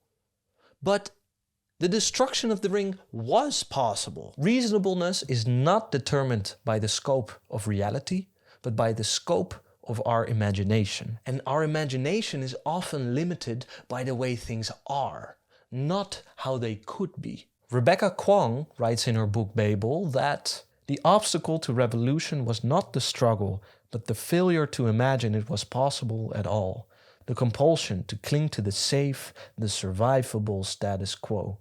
The fact that it is so hard is not the reason we can't change systems. The reason is that we can't actually imagine that it is possible to change them. We don't actually believe that we can win. And because it sounds unreasonable to decenter ourselves, to not consolidate what we already had, we double down on existing systems. Fascism is a war against the new, Willem Schinkel writes, and we see this in Boromir. He cannot handle the thought of the new, of a situation that he and his people aren't at the center of, but that instead he should trust this hobbit with doing something that is literally unimaginable to him, saving the whole world without the help of Gondor. We can also tie this back to something we've talked about earlier, the relationship between the attitude of domination and the fear of the unknown. This fear of the unknown is the reason why, in a culture whose fundamental attitude to the world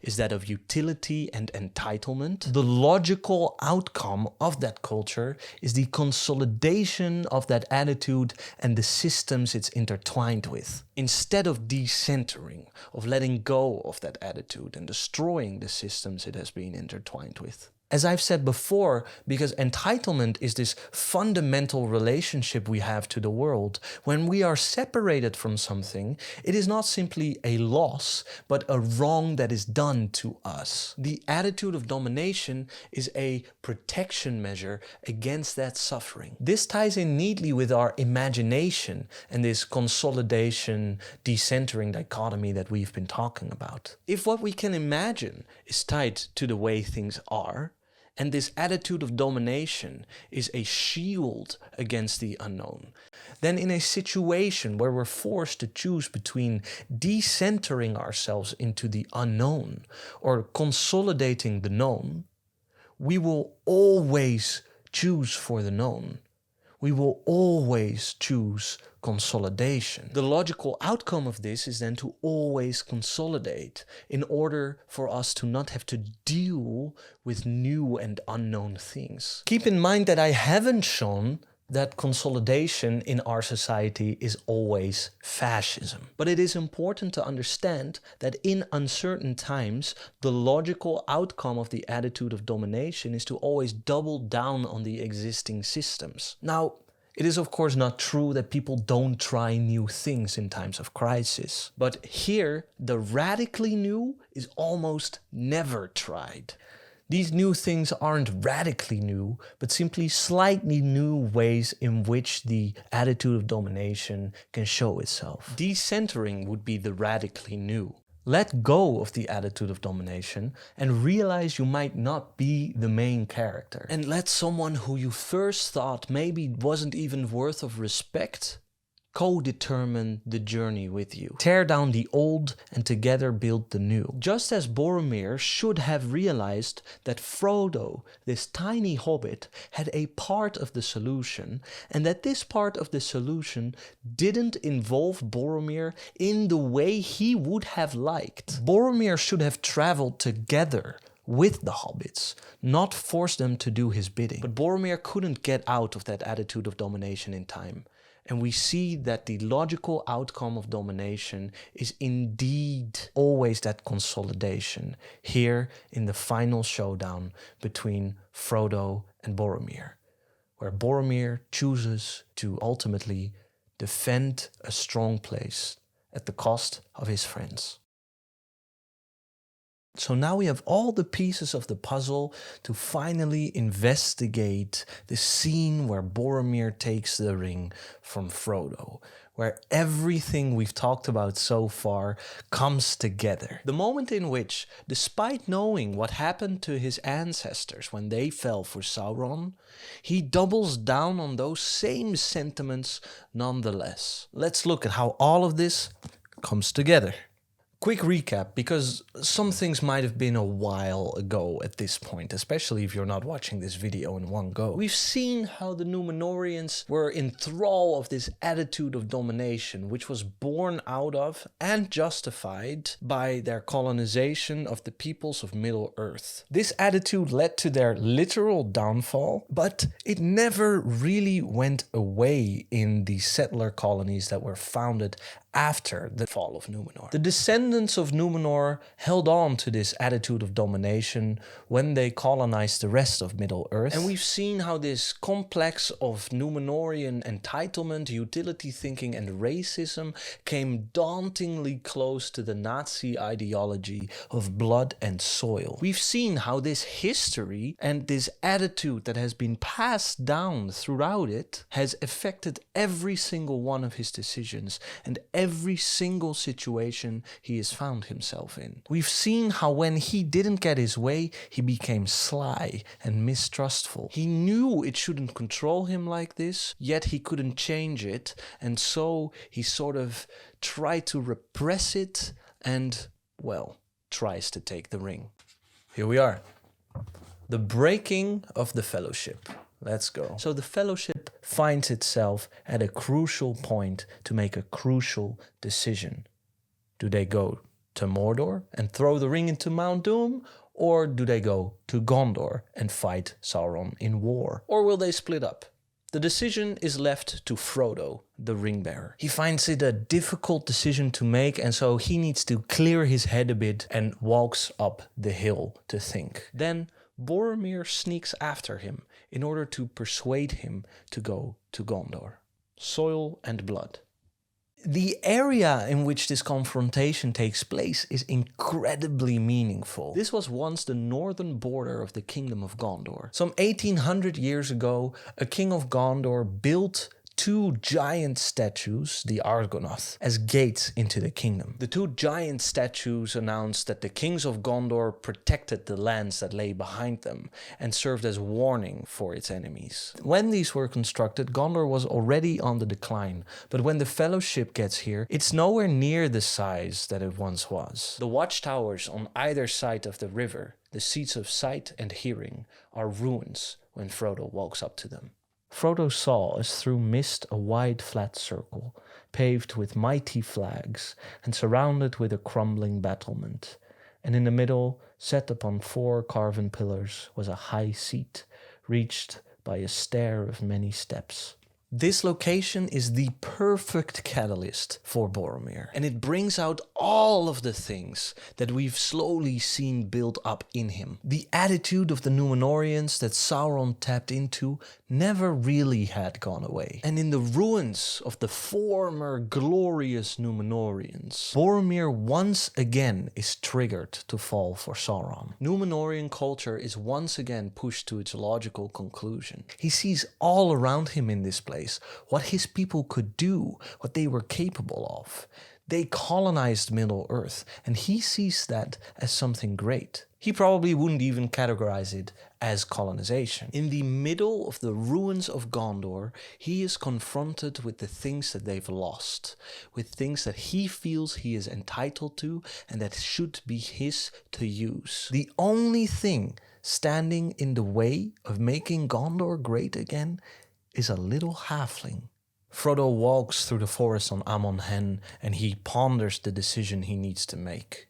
He is walking through the ruins of the Gondorian settlements here, and he sits down to think. Suddenly, he awoke from his thoughts. A strange feeling came to him that something was behind him, that unfriendly eyes were upon him. He sprang up and turned, but all that he saw, to his surprise, was Boromir, and his face was smiling and kind. Frodo feels Boromir's unfriendly eyes, but Boromir doesn't show them. Boromir's face is smiling and kind, but Frodo still feels that there's something wrong. We will slowly see how Boromir's facade will fall away throughout the scene. Why I'm highlighting this is for the following reason. Fascists are only friendly in order to get their way. Ask a fascist in public whether they're an anti-Semite and they'll play the fool. Of course I'm not an anti-Semite. My wife is Jewish. Or even apart from the overt anti-Semitism, fascism is always communicated between the lines. Dog whistles are used so that the people who know what to listen for know what's going on, but for the people who aren't in the know, when someone then says, hey, that thing is a thing that fascists say or a thing that fascists do, for them that would sound ridiculous. Take the white power sign. To normal people, this would simply be the okay sign. But for fascists, if fascists do this, this is a W and here we have a P. White power. It's things like that. It's also with speech. These things are always communicated in between the lines. Fascists often call themselves nationalists or even proud nationalists, for example, and they'll say it with a smile. If people know how to place the statement of being a proud nationalist in the context of other things that person has said, we can read between the lines and know what their actual intent is. However, many people who don't know what these dog whistles are or don't even know what fascism entails will find it strange that people label other people with such extreme words as fascist. They didn't literally say it, right? No, they did not. They didn't have to. But if you know what to look for, you can feel the unfriendly eyes where only a smiling face is shown. The more that kind face will face resistance, however, the more that face will show its true intentions. Look for it in Boromir.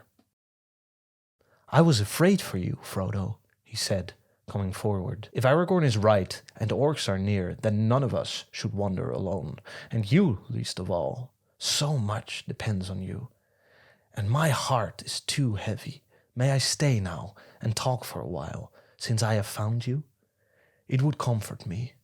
Where there are so many, all speech becomes a debate without end, but two together may perhaps find wisdom. You are kind, answered Frodo, but I do not think that any speech will help me. For I know what I should do, but I am afraid of doing it, Boromir. Afraid. Boromir stood silent. Rauros roared endlessly on. The wind murmured in the branches of the trees. Frodo shivered. Suddenly Boromir came and sat beside him. "Are you sure that you do not suffer needlessly?" he said. "I wish to help you. You need counsel in your hard choice. Will you not take mine?" "I think I already know what counsel you would give, Boromir," said Frodo, "and it would seem like wisdom, but for the warning of my heart." This is a problem for Boromir. He came here to convince Frodo to go to Gondor. His tactic so far has been to comfort Frodo. He thought that Frodo was still making up his mind, and that if he felt heard and seen by Boromir, then that might persuade him to come with him to Gondor. But here he is, he put on his nice face and everything, and Frodo tells him that he actually already made up his mind, but that he hasn't taken the decision yet because he is afraid of the consequences of taking that decision. But Frodo does know that he will make the decision. If someone is confused about the world, that sense of comfort and being seen will win over many hearts. This is one of the reasons why fascism gains a foothold in times of discontent.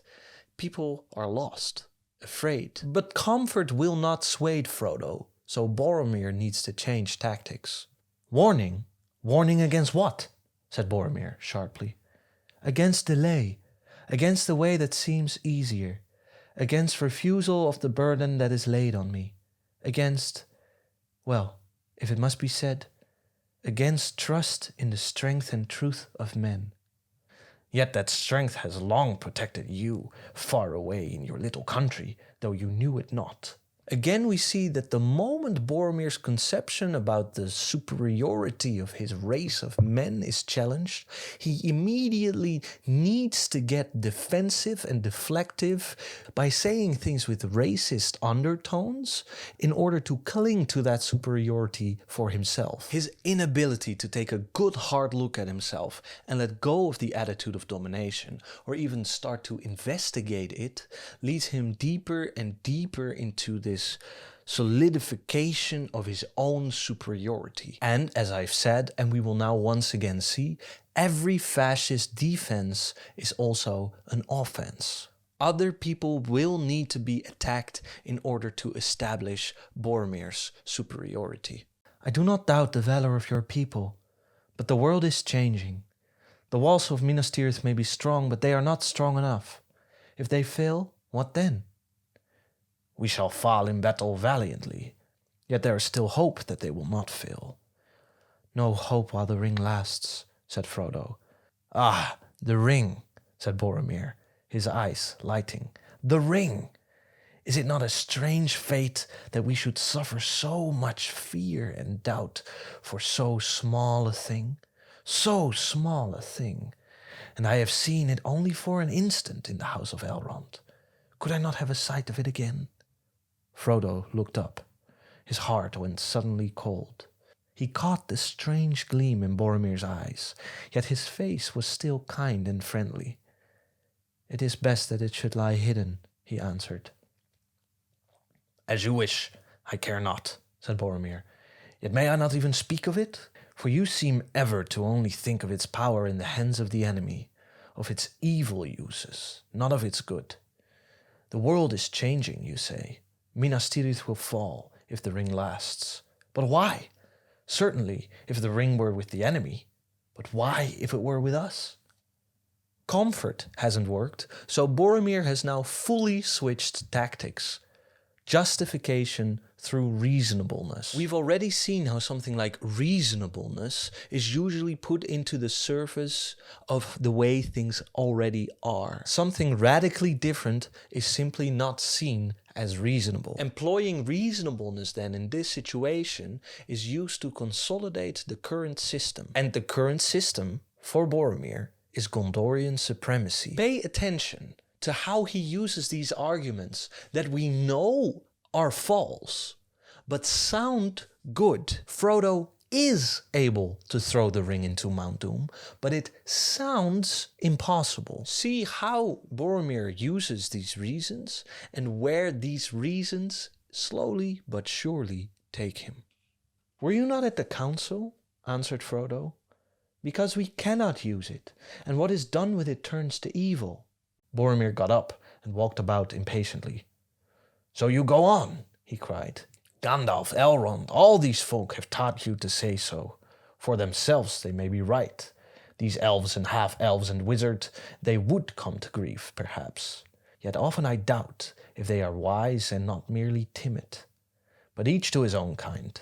True-hearted men will not be corrupted. We of Minas Tirith have been staunch through long years of trial. We do not desire the power of wizard lords, only strength to defend ourselves, strength in a just cause. And behold, in our need chance brings to light the ring of power. It is a gift, I say, a gift to the foes of Mordor. It is mad not to use it, to use the power of the enemy against him. The fearless, the ruthless, these alone will achieve victory.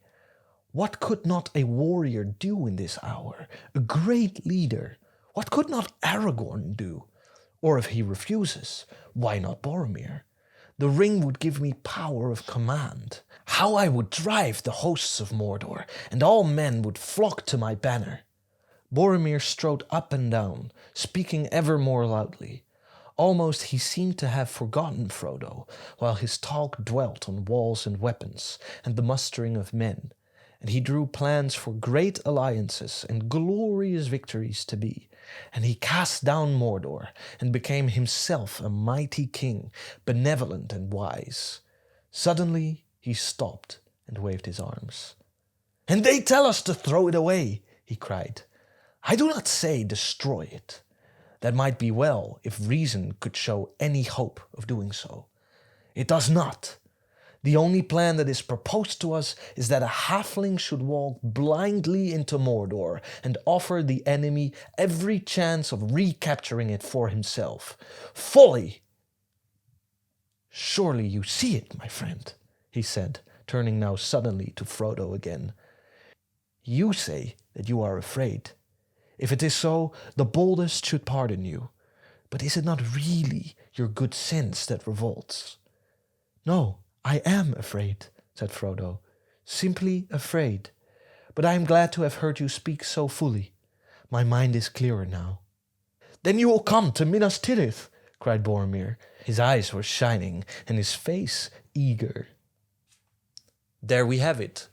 If Frodo disagrees, it is not because Boromir is wrong, but because Frodo is unreasonable. He should come with him to Minas Tirith. But Boromir, in his expounding of the reasonableness of going with him to Minas Tirith, has also let his real intentions shine through. That of war, that of a Gondor that is great again, with him as king. He dreams of former glory, with himself at the helm to reap the rewards. Through reasonableness, he consolidates. But Frodo doesn't want to go with Boromir. And if reason can't persuade Frodo, then there's only one step left before physical violence enters the chat. "You misunderstand me," said Frodo. "But will you come, at least for a while?" Boromir persisted. "My city is not far now, and it is little further from there to Mordor than from here. We have been long in the wilderness, and you need news of what the enemy is doing before you make a move. Come with me, Frodo," he said. "You need rest before you venture, if go you must." He laid his hand on the hobbit's shoulder in friendly fashion, but Frodo felt the hand trembling with suppressed excitement. He stepped quickly away and eyed with alarm the tall man, nearly twice his height and many times his match in strength. "Why are you so unfriendly?" said Boromir. "I am a true man, neither thief nor tracker. I need your ring, that you know now, but I give you my word that I do not desire to keep it. Will you not at least let me make trial of my plan? Lend me the ring." Frodo sees this seemingly friendly gesture for what it is, a threat thinly veiled in friendliness. There is still a smile on Boromir's face. If Frodo now steps away from Boromir, Boromir can claim that it was actually Frodo who is being unfriendly. And we know what friendliness means in the context of Númenóreans. Someone who is not like them. Outwardly, Boromir still has a smiling face and kind gestures. To any Númenórean onlookers, everything Boromir has done so far would have seemed friendly and reasonable. But things should always be taken in context, and putting a hand on someone's shoulder half your size is a very different gesture than putting a hand on the shoulder of someone your own stature. And while Gondorians might not recognize this, Frodo recognizes this all too well. But because Boromir has so far been playing by the rules that were made for him, it is Frodo who will be seen as unreasonable and unfriendly. And because we can now see Frodo to be the first one who is unreasonable, this now gives Boromir an excuse to start a more direct show of force. He gives Frodo a command: "Lend me the ring." "No, no," cried Frodo. "The council laid it upon me to bear it." "It is by our own folly that the enemy will defeat us," cried Boromir. "How it angers me! Fool! Obstinate fool! Running willfully to death and ruining our cause. If any mortals have claim to the ring, it is the men of Númenor, and not halflings. It is not yours, save by unhappy chance. It might have been mine. It should be mine. Give it to me." Here we have it, the lines that were the inspiration for this entire thing. I quoted him at the start, but that was a long time ago, and I want to give credit where credit's due. Matt Colville said about these lines in his live stream about the BBC audio play of The Lord of the Rings. Boromir doesn't go mad. He doesn't go insane. He's not suddenly gripped by violence. The ring leads him down this path of logical statements, each one of which follows from the other, including the last things he said. It should have been mine. It could be mine. It will. He's going to take it, right? He works himself up to it. These are logical statements, one following from the other. It is not yours save by unhappy chance. It might have been mine. It should be mine. Give it to me. Boromir's relapse is entirely justified. He is not manipulated by the ring, and neither were his ancestors when they fell to Sauron. The ring simply leads Boromir from one logical conclusion to the other, and drives his fundamental attitudes to its extreme. His entire worldview, based on the attitude of domination and racism, justifies him taking the ring. The world is run in such a way that it is in his material interest, meaning that in his interest of wealth and power, to sort of foster these attitudes, since they protect his wealth and power. He hasn't been manipulated, he hasn't been tricked, he has merely been forced to make explicit what has been implicit this entire time. So why is this statement logical? Why does one follow from the other?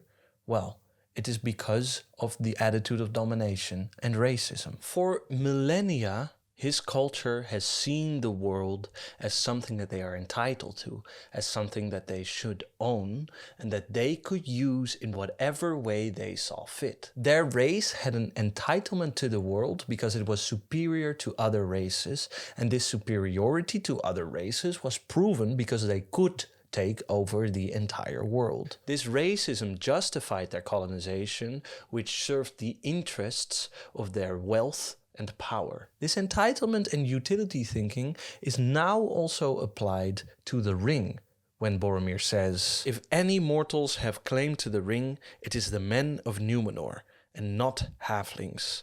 It is not yours save by unhappy chance." If any mortals would have claim to the ring, it would be the men of Númenor, since it was their king Isildur who cut it off the hand of Sauron. It is true that it came to Frodo by unhappy chance, since The ring was lost, found by a hobbit, who killed another hobbit for it, then turned into a weird creature, then Frodo's uncle found it, and then he gave it to Frodo. That sounds like unhappy chance to me. So within the context of Boromir's worldview, he's right. It might have been his, and since he is caught up in that entitlement complex, it should have been his. And that's the thing. This only makes sense when you are caught up in that attitude of domination and racism. That is the if that Boromir is talking about, the conditional. When does all of this only make sense? If any mortals have claim to the ring. And Boromir lives in a world of property and of ownership. Everything is something that should be claimed. All of this is only logical because the attitude of domination is the fundamental way the Númenóreans and their descendants have been relating to the world for millennia, because believing this secured their power and wealth. This point then is the logical outcome of the attitude of domination, given the circumstances. This is the point where the relapse becomes explicit, finally. And we can see how the relapse is the ultimate consolidation. It is the ultimate doubling down on the attitude of domination, racism, and other systems of power that are already in place. And in the end, Boromir reaches this conclusion on his own. He wasn't corrupted, not tempted by any outside factor, but merely pushed to the limit and logical conclusion of his own worldview. He has been building up to this moment from the first time we met him. He was ashamed of his temptation at first, so he repressed it. He didn't want to deal with the shame itself, or even why he felt ashamed. No, he couldn't feel shame because that would mean admitting he was wrong. And how could he, someone from the race of the men of the West, be wrong? And once he reaches that conclusion, which in his worldview is the most reasonable thing there is, anything that stands in the way of that, well, let's have a look. Frodo did not answer, but moved away till the great flat stone stood between them. Come, my friend, said Boromir in a softer voice. Why not get rid of it? Why not be free of your doubt and fear? You can lay the blame on me if you will. You can say that I was too strong and took it by force. For I am too strong for you, halfling, he cried, and suddenly he sprang over the stone and leaped at Frodo. His fair and pleasant face was hideously changed. A raging fire was in his eyes. Boromir has fully committed to his fundamental attitude and is no longer hiding behind reason or comfort. It's violence time. Now, he's been violent to others this entire time. Racist remarks have been his bread and butter throughout the entirety of his journey. But now friendliness and civility have gone out the window because of what he thinks belongs to him. This all in the name of reasonable self-preservation, of course. He needs to defend his land, and that is why he needs to attack Frodo. And why? Just to protect Gondor? Well, it is to protect Gondor, but also to protect Boromir himself from fear. Why not be free of your doubt and fear, he says. Doubt and fear, to not be in control and to not know everything, is something that people caught in the attitude of domination cannot handle. They need to double down on their control because their need for control won't let them decenter themselves. Boromir cannot decenter himself. It is impossible for him to imagine a radically new life and to really look it in the eye. Keeping to the known will rid him of his fears and his doubts. This lack of control, this uncertainty, caused him to jump over the stone to Frodo. His fair and pleasant face was hideously changed, and there was a raging fire in his eyes. Frodo dodged aside and again put the stone between them. There was only one thing he could do. Trembling, he pulled out the ring upon its chain and quickly slipped it on his finger, even as Boromir sprang at him again. The man gasped, stared for a moment amazed, and then ran wildly about, seeking here and there among the rocks and trees. "Miserable trickster!" he shouted. "Let me get my hands on you. Now I see your mind. You will take the ring to Sauron and sell us all. You have only waited your chance to leave us in the lurch. Curse you and all halflings to death and darkness. Then, catching his foot on a stone, he fell sprawling and lay upon his face. For a while he was still, as if his own curse had struck him down. Then suddenly he wept. In this bit, we once again see this interconnection of the attitude of domination and racism. When Boromir doesn't get what he wants, he doesn't only curse Frodo, but he curses all the halflings. When someone lower than himself stands in his way, he doesn't curse him, but his entire race. And he means it. Imagine if there's an entire nation who thinks that they own something and that there are people that stand in their way. What are they capable of? That is unfortunately not something that we can only imagine, but it is the logical step to make. Boromir is an expression of Númenórean blood. And Númenórean blood is good.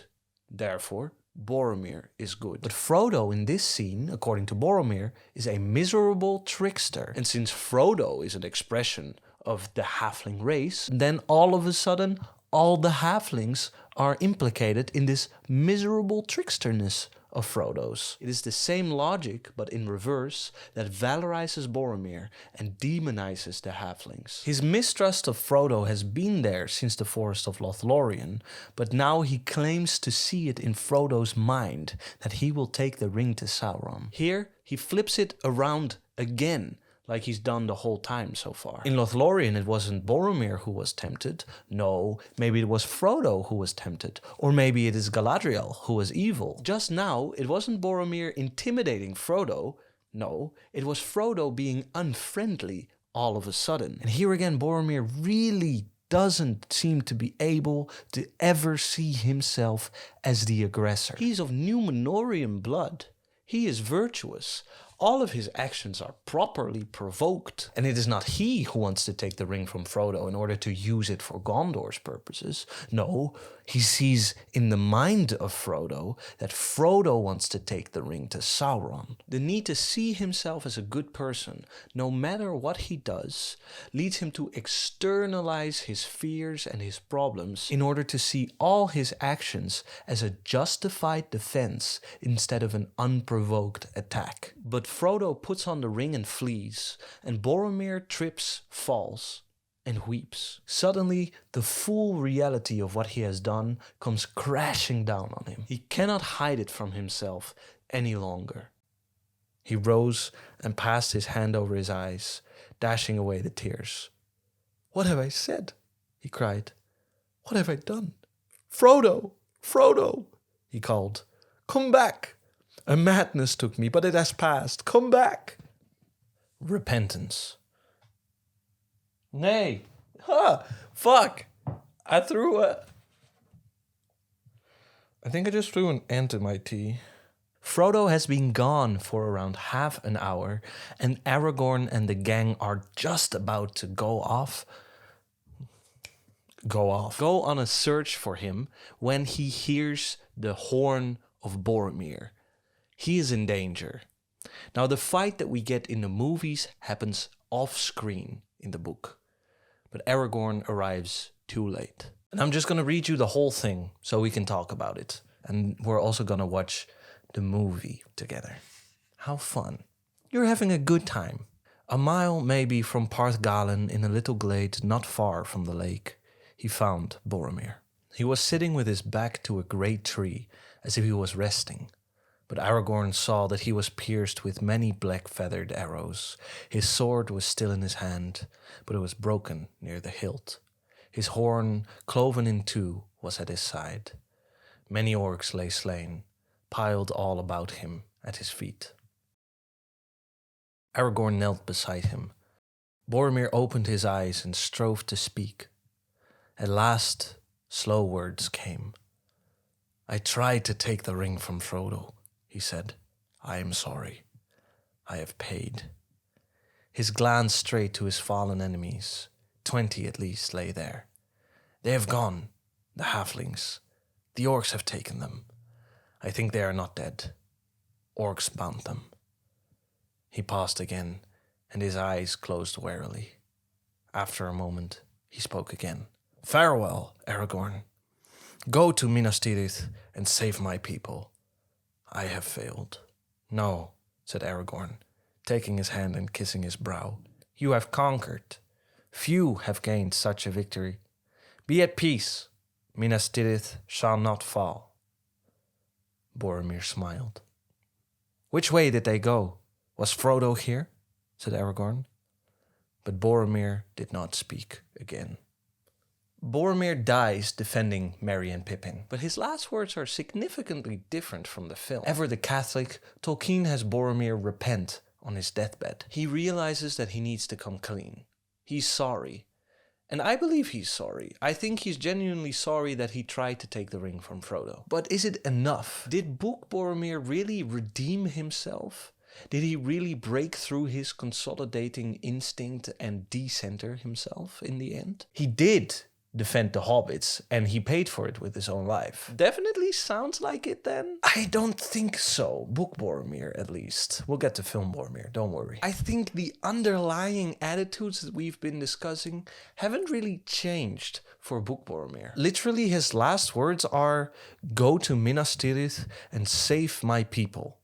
I have failed. This is still about him being the hero to save his own race, his own people, his own culture from downfall. To be honest, I think that Book Boromir is an asshole to the end. He does some good deeds here and there, and of course, giving up your life for hobbits is a noble deed. But I feel like his motivations at his core have always stayed self-centered and racist. And probably misogynistic, but let's be honest, there aren't enough women in Tolkien's works to even raise that problem. Compare these book last words to the film last words. When Aragorn arrives, the first thing he says is this. They took the little ones. He's down. Frodo. Where is Frodo? How different is that from I tried to take the ring from Frodo? We see that in the book, even his apology is centered around himself. In the film, even though he's dying, he inquires about the hobbits. In the film, it's not about him. He genuinely cares more about the hobbits than about himself at that moment. Again, this is such a different sentiment from the book, even though the lines are almost identical. I am sorry, I have paid, becomes, Forgive me. I did not see. He doesn't make it about the fact that he has now paid the price for his deeds, but that he now realizes why he did the things he did and why they were wrong. I think Film Boromir in his last moments truly realizes that his self-centered, domineering and racist attitude were at fault and that he truly regrets it. Realizing that his mistake lay not at the surface but at the core of his very being almost hurts him more than the 3 black arrows in his chest. And then in the book he says, farewell Aragorn, go to Minas Tirith and save my people. I have failed. His failure lies in not saving the descendants of Númenor. In the film, he says, I have failed you all. He realizes that he has failed his friends, the people who counted on him. He failed the fellowship. He failed the quest to save the world because he couldn't deal with his attitude of domination and racism in time. But of course, he did also fail Minas Tirith. And that is something he realizes as well. The world of men will fall, and all will come to darkness, and my city to ruin. And although he still talks about the world of men and my city, it just hits me different than Book Boromir does. Maybe it's because he has already convinced me that he has decentered himself, that he really cares about the people around him, that he really regrets what he did, and that he really understands why it was bad that he did it, that these words just strike me as truer or something. Because we shouldn't forget that Minas Tirith can fall, and that this will actually be a tragedy for actual fictional people. Fictional? Fictional. The world will come to darkness. And he accepts that he is not in charge of those people. He decenters himself. He accepts Aragorn as king. I would have followed you, my brother. My captain. My king. Now, I love this scene. Even when I watch it out of context, I get tears in my eyes. And I hate, as you might have seen by now, the concepts of a people and a king. But this is a scene where two people just come together and where one of them admits his mistakes and acknowledges that he wasn't the main character all along and that he shouldn't have been. But can't we still read this as not really decentering, as maybe having the aesthetics or the vibes of decentering, but that something is still off? Well, in order to defend why Boromir is actually decentered here, we can learn something about decentering. Decentering is not a passive retreat, but an active upheaval. And clearly, that is what Boromir has done here. We don't hide behind others, but together with them, destroy the things that have kept us apart. And Film Boromir does that. He sacrifices his life for a dream that until mere seconds ago was a main obstacle to his own dreams. Decentering is an upheaval of all that we know, of reasonableness and of the status quo. That rhymed. I can hear my downstairs neighbor play Duolingo, but it's already past 12, so he must have lost his streak by now. I don't think this scene is all about Gondor, but it still uses the concepts of my city and a people or our people. However, because this scene is so emotional, I think it forces us to sort of take another look at both of these concepts. This entire time, we've been talking about a specific way of relating to the earth and to other people, and that this way was a fascist way of doing that. However, I do think we do need a certain relation to the earth and to other people. It is not wrong to be rooted in a place or a community, but the way in which you can root in those things can be fascist. So Film Boromir forces us to think about the question whether there are non-fascist ways of rooting in community and place. Of course there are. The world is big and people are infinitely interesting. So there must be. In Europe, though, there must also be, definitely. A bit harder to find them, I guess. What are alternative styles of living that take care of people and the earth on their own terms? That we don't see them as something that can be used merely for our own goals. That we aren't the main character in social situations. Or everyone is super, and therefore no one is super. This is not the place where we're gonna answer those questions. Sorry. But in order to even start with answering those questions, we need to first relate all of this back to our own world. We've done all of Boromir and his relapse. From the founding of Númenor until Boromir's death, we have looked at the formation of a certain worldview, a certain way of living that enabled them to destroy the earth and genocide the people living on it based on a human tier list with the Númenóreans on top, who had blonde hair, blue eyes, and white skin. Does that maybe sound awfully familiar?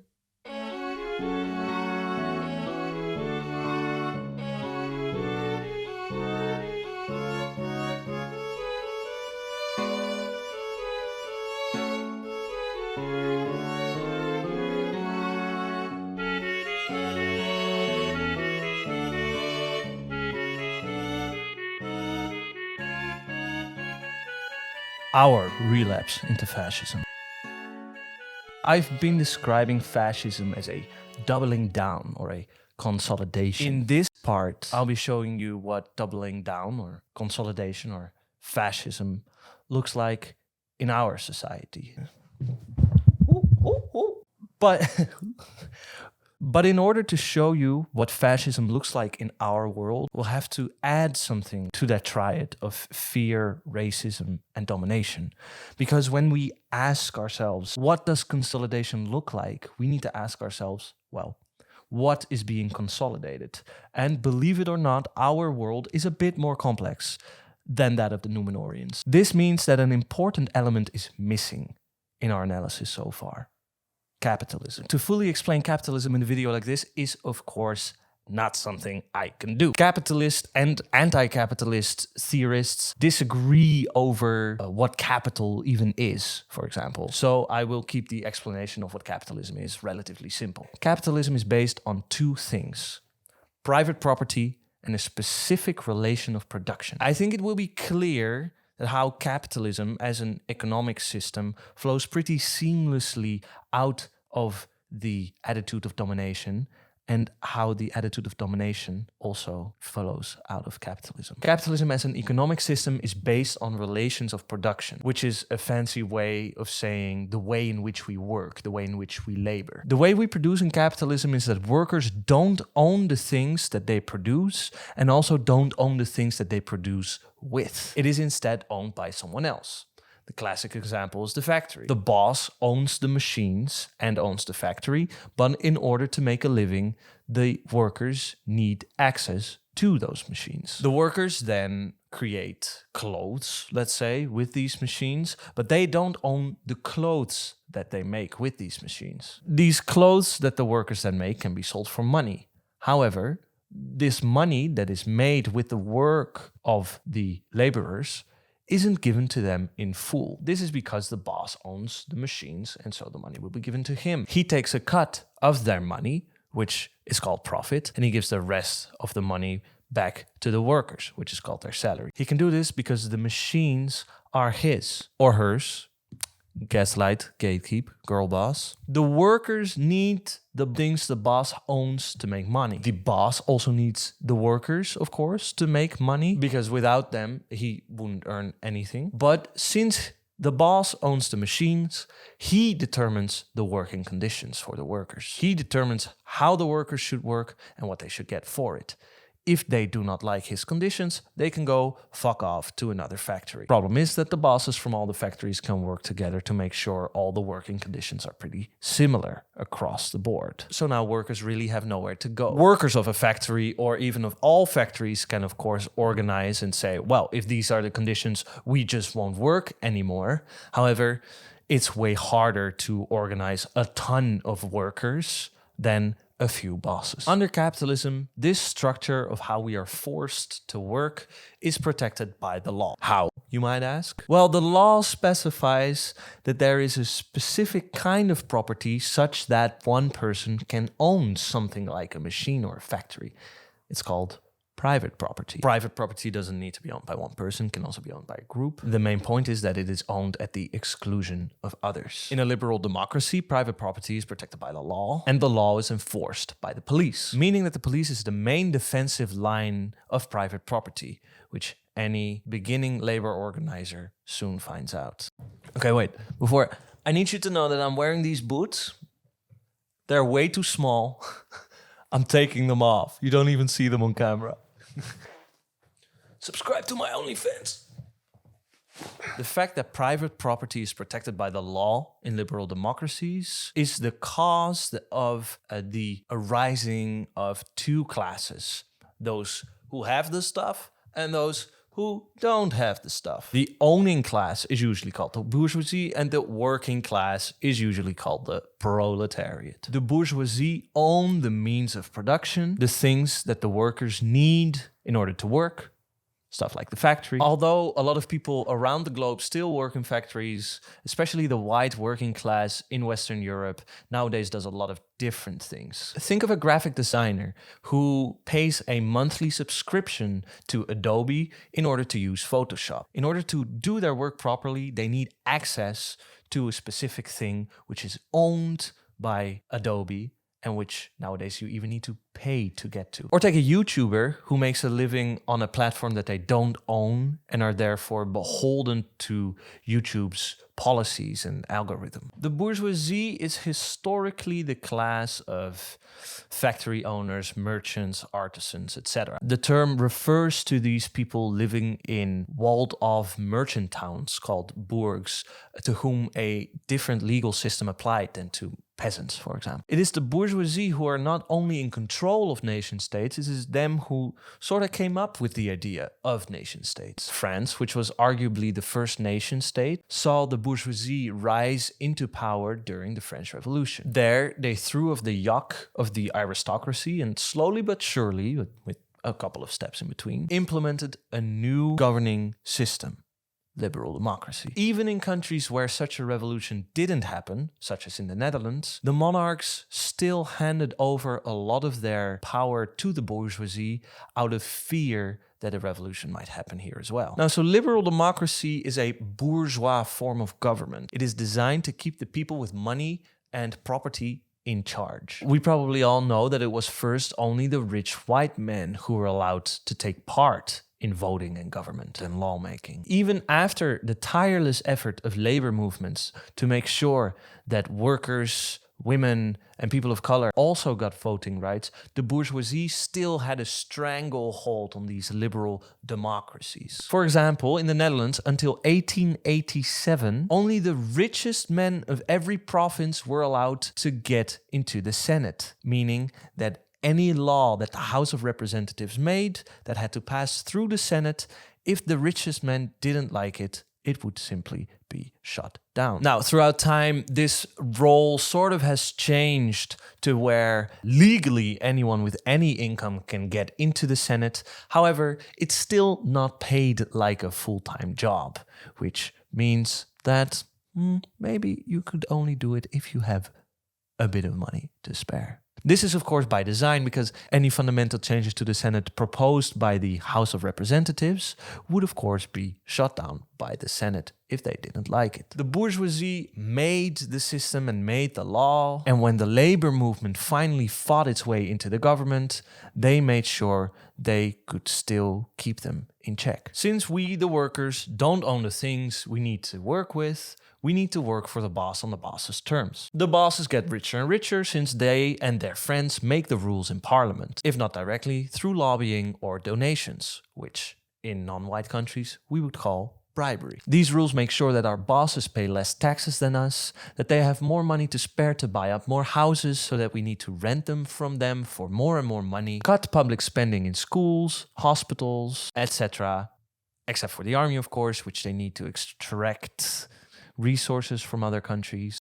How can we help foster the public-private partnerships, bringing American capital and expertise and standards to Africa so that we can keep exploiting, so that we can exploring where we can get these minerals? Long story short, one class makes the rules, gets richer and richer, and the other not so much. It should be noted that the exploitation of workers that is inherent in capitalism finds its origin, among other things, in the European colonization of the rest of the world. For example, the stock exchange finds its origin in Amsterdam and was related to the VOC, to the Dutch East India Company, which was the richest private company ever and got rich from enslaving and colonizing Indonesia, among other things. The economic growth of those times, which were the impetus for capitalism and capitalist exploitation abroad and at home, was directly reliant on slavery and colonization. So now we know a bit more about our modern liberal democracies, which are nation states that are in thrall of capitalism based on private property and the class structure it entails. So, of the compounded term nation state, so far, we have discussed the state bit. Of course, states can have any form, like a monarchy, democracy, and they can rule over a lot of different things. For example, an empire, a city. But if you're smart, and you're smart, you figured it out by now. The state that governs the nation state governs. But what exactly is a nation? And more important for our purposes, what makes you belong to one? Poos. The idea of a nation finds its origin, once more, in the French Revolution. The legitimacy of the state had always been founded on the divine right of kings. They ruled because God thought that this continent-wide inbred family was pretty cool. But the French had freed their monarch of his head, and the Americans also didn't particularly like their head of state. And so the newly formed states had to come up with a new reason why it was cool that they could tell other people what to do. So they came up with one, and they told everyone, at least the white people that they wanted to rule over, that they were a people with a shared culture, a shared history, a shared identity, that they were a nation, and that the state was merely an expression of the people. The nation was one big unified whole, and the natural thing for them to do was to form a state to keep everyone in check, and coincidentally write out a big check to the people doing the checking. To say that one belongs to a nation, of course, we need to know where that nation ends. Who belongs to that nation and who does not belong to the nation. And so borders are established and patrolled. Nations become tied to a specific plot of land, a specific place. Of course, there's always squabbling over who owns a particular piece of land, but in that squabbling is already the idea that people own and should own certain pieces of land. The project of ordering every plot of land in Europe, and later the rest of the world, into nation states made it so that we came up with an ordering of who belonged where. Europe is the idea that the world can be known as the ordering of faces and places. As if, on the one hand, we are somewhere, face, and on the one hand, we belong somewhere, place. The nation is the idea that an individual belongs to a certain group of people, a people tied together by a shared history, culture, and the plot of land that they feel entitled to. And as is clear, all of this requires borders. We need to separate the faces that belong to that place from the faces that belong to that place. It's important to note, however, that borders don't necessarily stop people from crossing them. They more or less check who crosses them. And borders therefore give rise to the phenomenon of migration.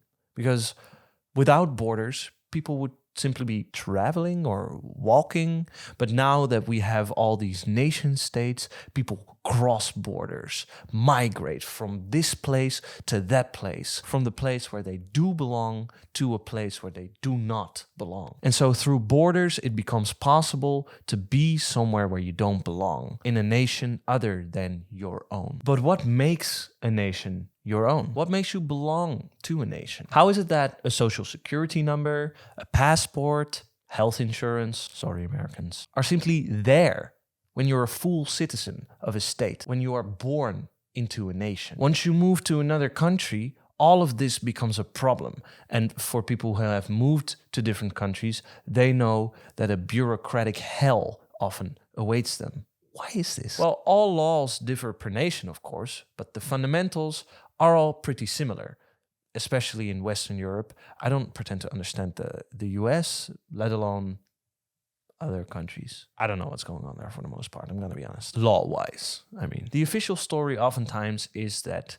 you are a member of when you are born on that specific plot of land, or your parents were born on that specific plot of land.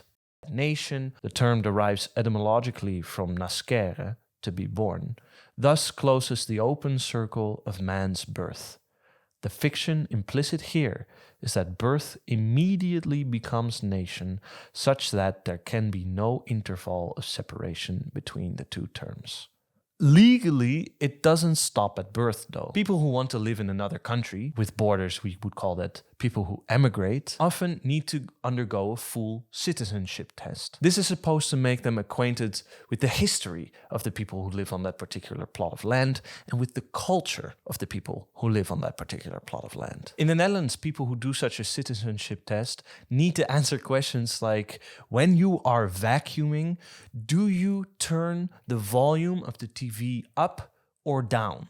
This is not a joke. People who are born in the Netherlands and whose parents were born in the Netherlands don't need to answer questions like this in order to be part of the nation. It is assumed that by virtue of their birth, they belong to the culture. They turn off the TV when they start vacuuming. And if they don't, they're just dicks. But this doesn't make them foreigners. Autochthonous people are always already considered to be a part of a culture that is tied to a specific plot of land simply because they are the product of two people having sex who were also both born on that specific plot of land. My descriptions are getting more and more convoluted right now because I don't want to assume what I'm trying to prove, but I think this really is the point where we need to take a step back and look at what we're actually describing. When are you naturally a part of a nation? When you are born on a plot of land and your parents were born on that plot of land as well. You are then automatically a part of the culture of that nation, no matter what you do. Or in the terms we've been using throughout the rest of this video essay, you belong to a nation when your blood is tied to a specific soil. And because you are an expression of that blood, you are immediately part of that soul of the culture. You only belong to a nation in one or two ways, right? And in practice, by a combination of the two. Blut und Boden. Sounds outrageous when put like that? Well, philosopher Giorgio Agamben tells us that blood and soil is nothing other than the concise expression of the two criteria that, already in Roman law, served to identify citizenship. Ius soli, I don't speak Latin.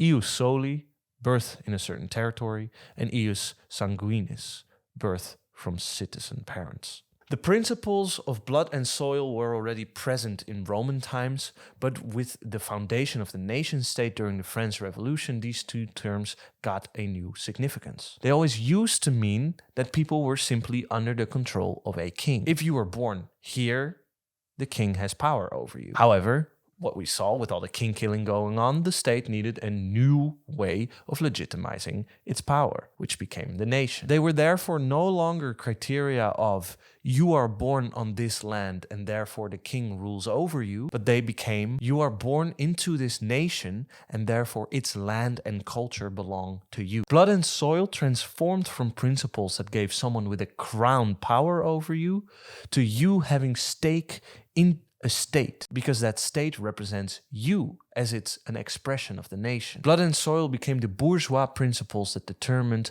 who belonged to their nation, their culture, their plot of land when they came into power. The idea that a specific land belongs to a nation and that the people from that nation can do whatever they want with that piece of land, cut down trees, build Lelystad, sink Urk, fingers crossed, is clearly rooted in the attitude of domination. This is mine, it should be mine, and I can do whatever I want with it. Now, as I've shown, the bourgeoisie weren't the only ones nor the first ones to use these blood and soil principles, and neither are they the only ones trapped in this attitude of domination. But they are a specific expression of that attitude of domination, entangled as it is in this system with capitalism and private property. Because through the establishment of these structures, their will to dominate has solidified, and the attitude of domination serves as a protection of these structures from which they have garnered so much wealth. That is not to say that the working class in Western countries isn't trapped in this attitude of domination. Almost everyone is. And that is ultimately what I will show more and more with our exploration of the current resurgence of fascism. Small nuance here, I am talking mainly about European nation states. Other nation states at other sides of the world, for example, Indonesia, were formed as a resistance against European nation states, and they were tools of liberation at the time. Whether they still are is for other people to decide. With all this talk of who belongs where, it should come as no surprise that the nation state again has its roots in colonialism and racialized slavery. In the colonies of North America, for example, the British started making Protestantism and even freedom hereditary traits. European colonizers became Christian and free by virtue of their birth, and enslaved Africans were hereditary heathens and slaves. But even after the abolition of slavery, colonial domination remained important in the eyes of Europeans. Dutch historian Fatah Black writes, "The idea that there was a racial distinction between rulers and the subjugated persisted after abolition and became part of 19th century nationalism. Slavery was now seen as something practiced not by European countries, but rather by Asian and African societies. Real resistance to slavery, it was thought, meant conquering and thereby liberating overseas societies." Even the abolition of slavery was used to dominate other parts of the world. And this domination was again used to solidify the fantasy of the nation. So now we've understood the main principles of our capitalist liberal democracies in the form of nation states and their broad historical origins in the French Revolution, the bourgeoisie, but more broadly speaking, colonialism and racialized slavery. But why were we talking about this again? Oh yeah, fascism as the doubling down, as the consolidation of existing structures. If fascism is the expression of the existing order in crisis, we need to understand what the existing order is. We've explored the basis of these ideas already in Boromir and Númenor. The idea of a people who think they are entitled to a specific plot of land and that they can do with that land what they want. In order for this analysis to make sense in our world, we've had to add another element to it: capitalism and the bourgeois nation state. But why is this doubling down on existing ideas of how the world should work and the structures that underpin these ideas happening right now? We'll be talking about the crises, which are sometimes imagined crises, that are plaguing the bourgeois nation state, with a special focus on refugees. Afterwards, we'll be talking about why fascists feel the need to save all of this and how exactly they try to do that. We saw with Boromir that the moment that he fell back into the influence of Sauron, he was surrounded by the ruins of this once great kingdom of Gondor and Númenor. I think it's fair to link the ruins of Númenor's empire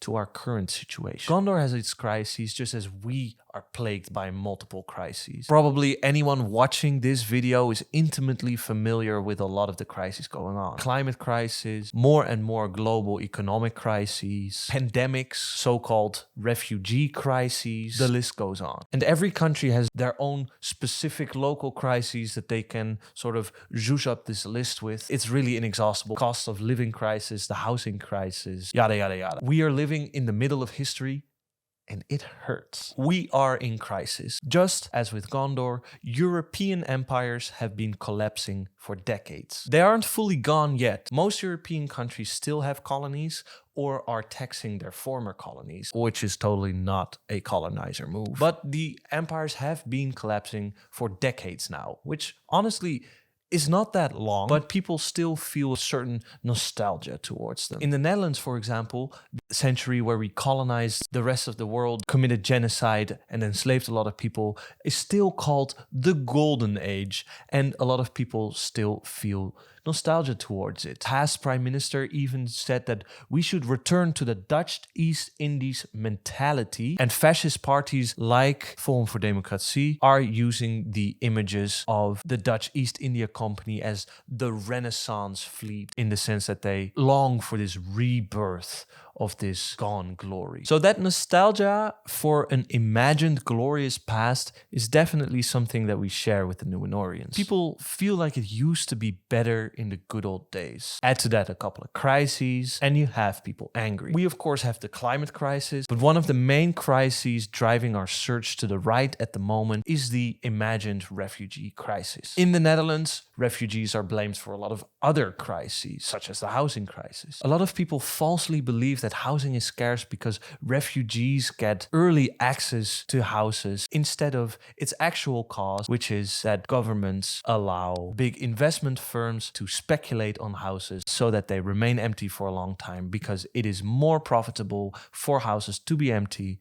than for people to live in them. Refugees are considered to be such a big problem because of the things we've just analyzed: borders and belonging, blood and soil. Because when refugees, for example, flee from war, they are, through these borders, transformed not into someone who needs help, but into someone who does not belong here, and someone who could not have been here at all. This is our plot of land where we accumulate capital for the bosses and the landlords. The refugees should do that back where they came from. The things here are ours to exploit. But in the words of Willem Schinkel, the people who are afraid of refugees do sense one thing flawlessly: the fact that refugees are a threat to the nation. They are a threat to the fiction of the nation, to the fiction of a people bound together by a shared ancestry, language,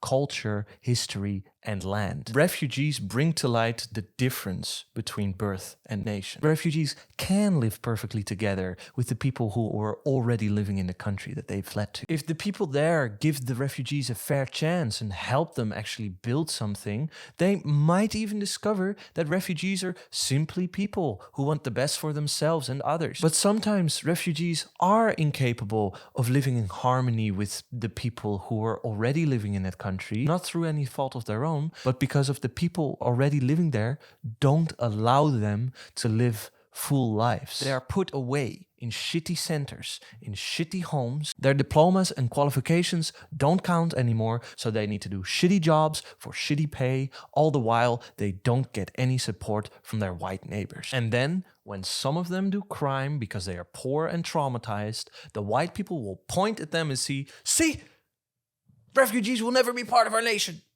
Ah! They desperately try to keep the bonds between blood and soil. They desperately try to keep the nation intact. And in order to do this, they need to treat refugees like shit. That is, of course, refugees that aren't white. The Dutch government actually changed the law in order to properly accommodate Ukrainian refugees, and the king even opened an entire castle to them. That is because white people can tell themselves that Ukrainians can become part of the nation. But why would that be? While there's of course a lot of cultural differences between the Dutch and the Ukrainians, there's one thing that is thought to be similar: whiteness. Ukrainians are thought to be white by the Dutch and are therefore accepted onto this soil and into our culture. Here we see that the old idea of the soul of the culture or the soul of the race never really disappeared. The conflation of culture and race, which is made possible by fascist rhetoric, is still in full swing. So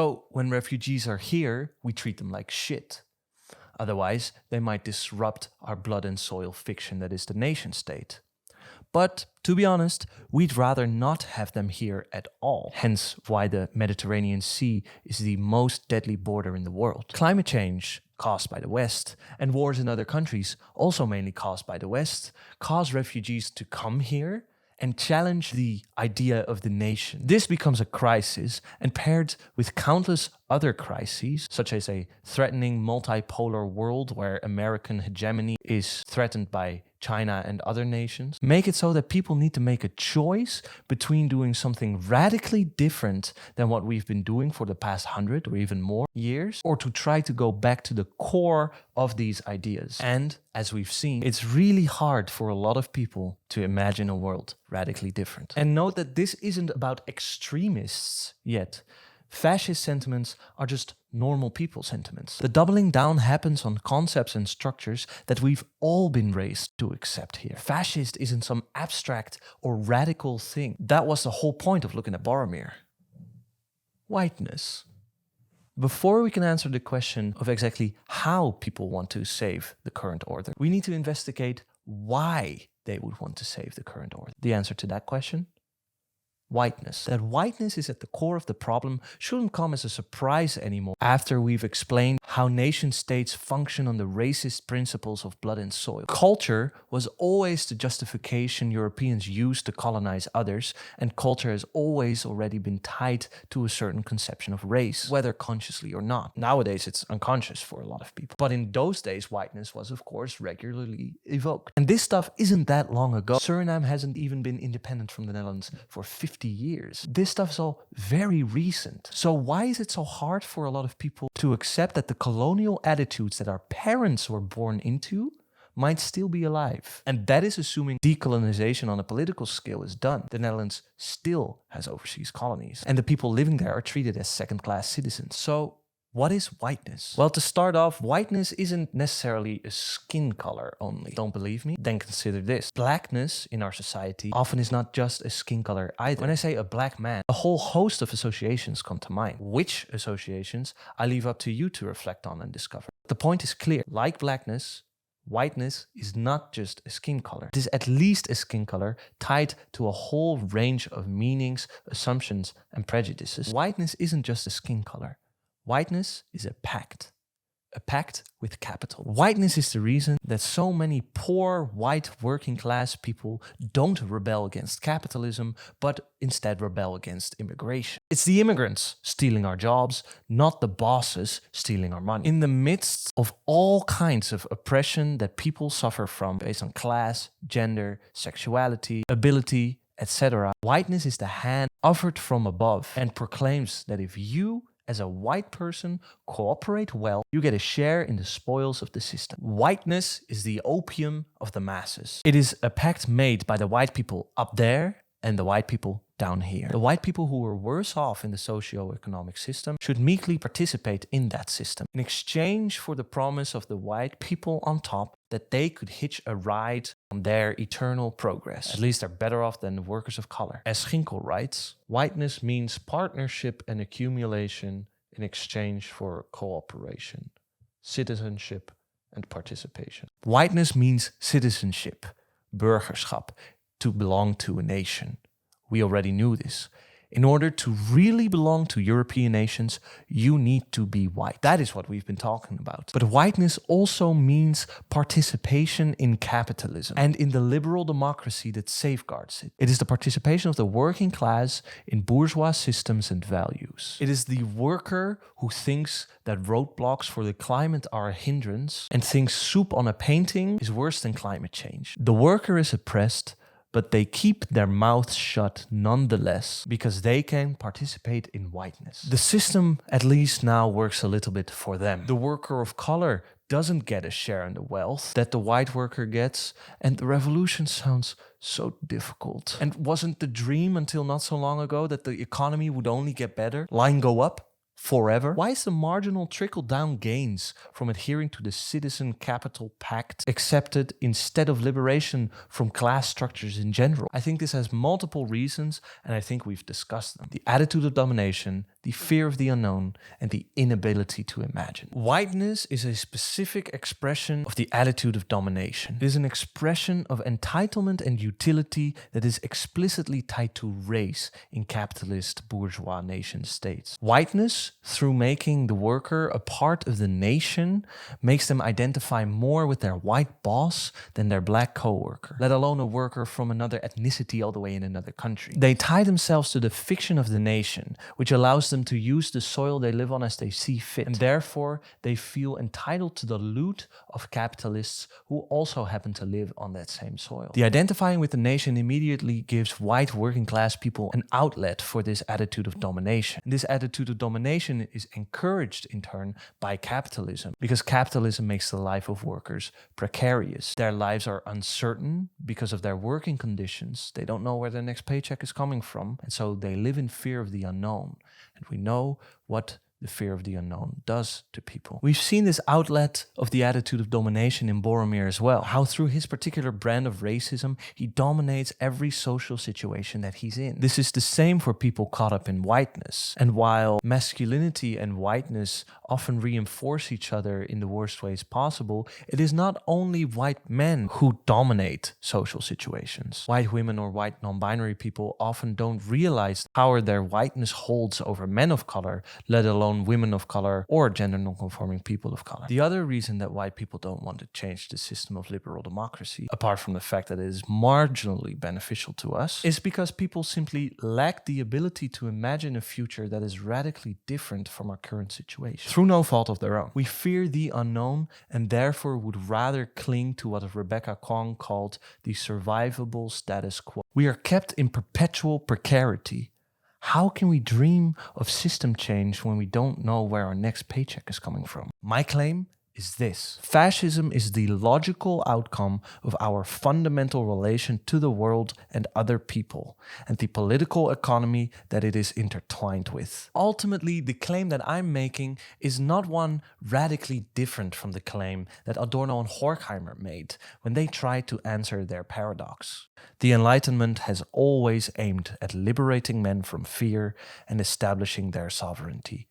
Yet the fully enlightened earth radiates disaster triumphant. Fascism is consolidation. We saw it in Boromir, how instead of decentering himself, trusting Frodo, and imagining what for him was as of yet unimaginable, he doubled down on the attitudes and the systems that had been the foundation of his culture for thousands of years. We had to become more familiar with the structures that we live in order for us to say that fascism is a doubling down on those structures, that it is a consolidation of those structures. But we need to go one step further in order for us to realize that we might be in deeper trouble than we think.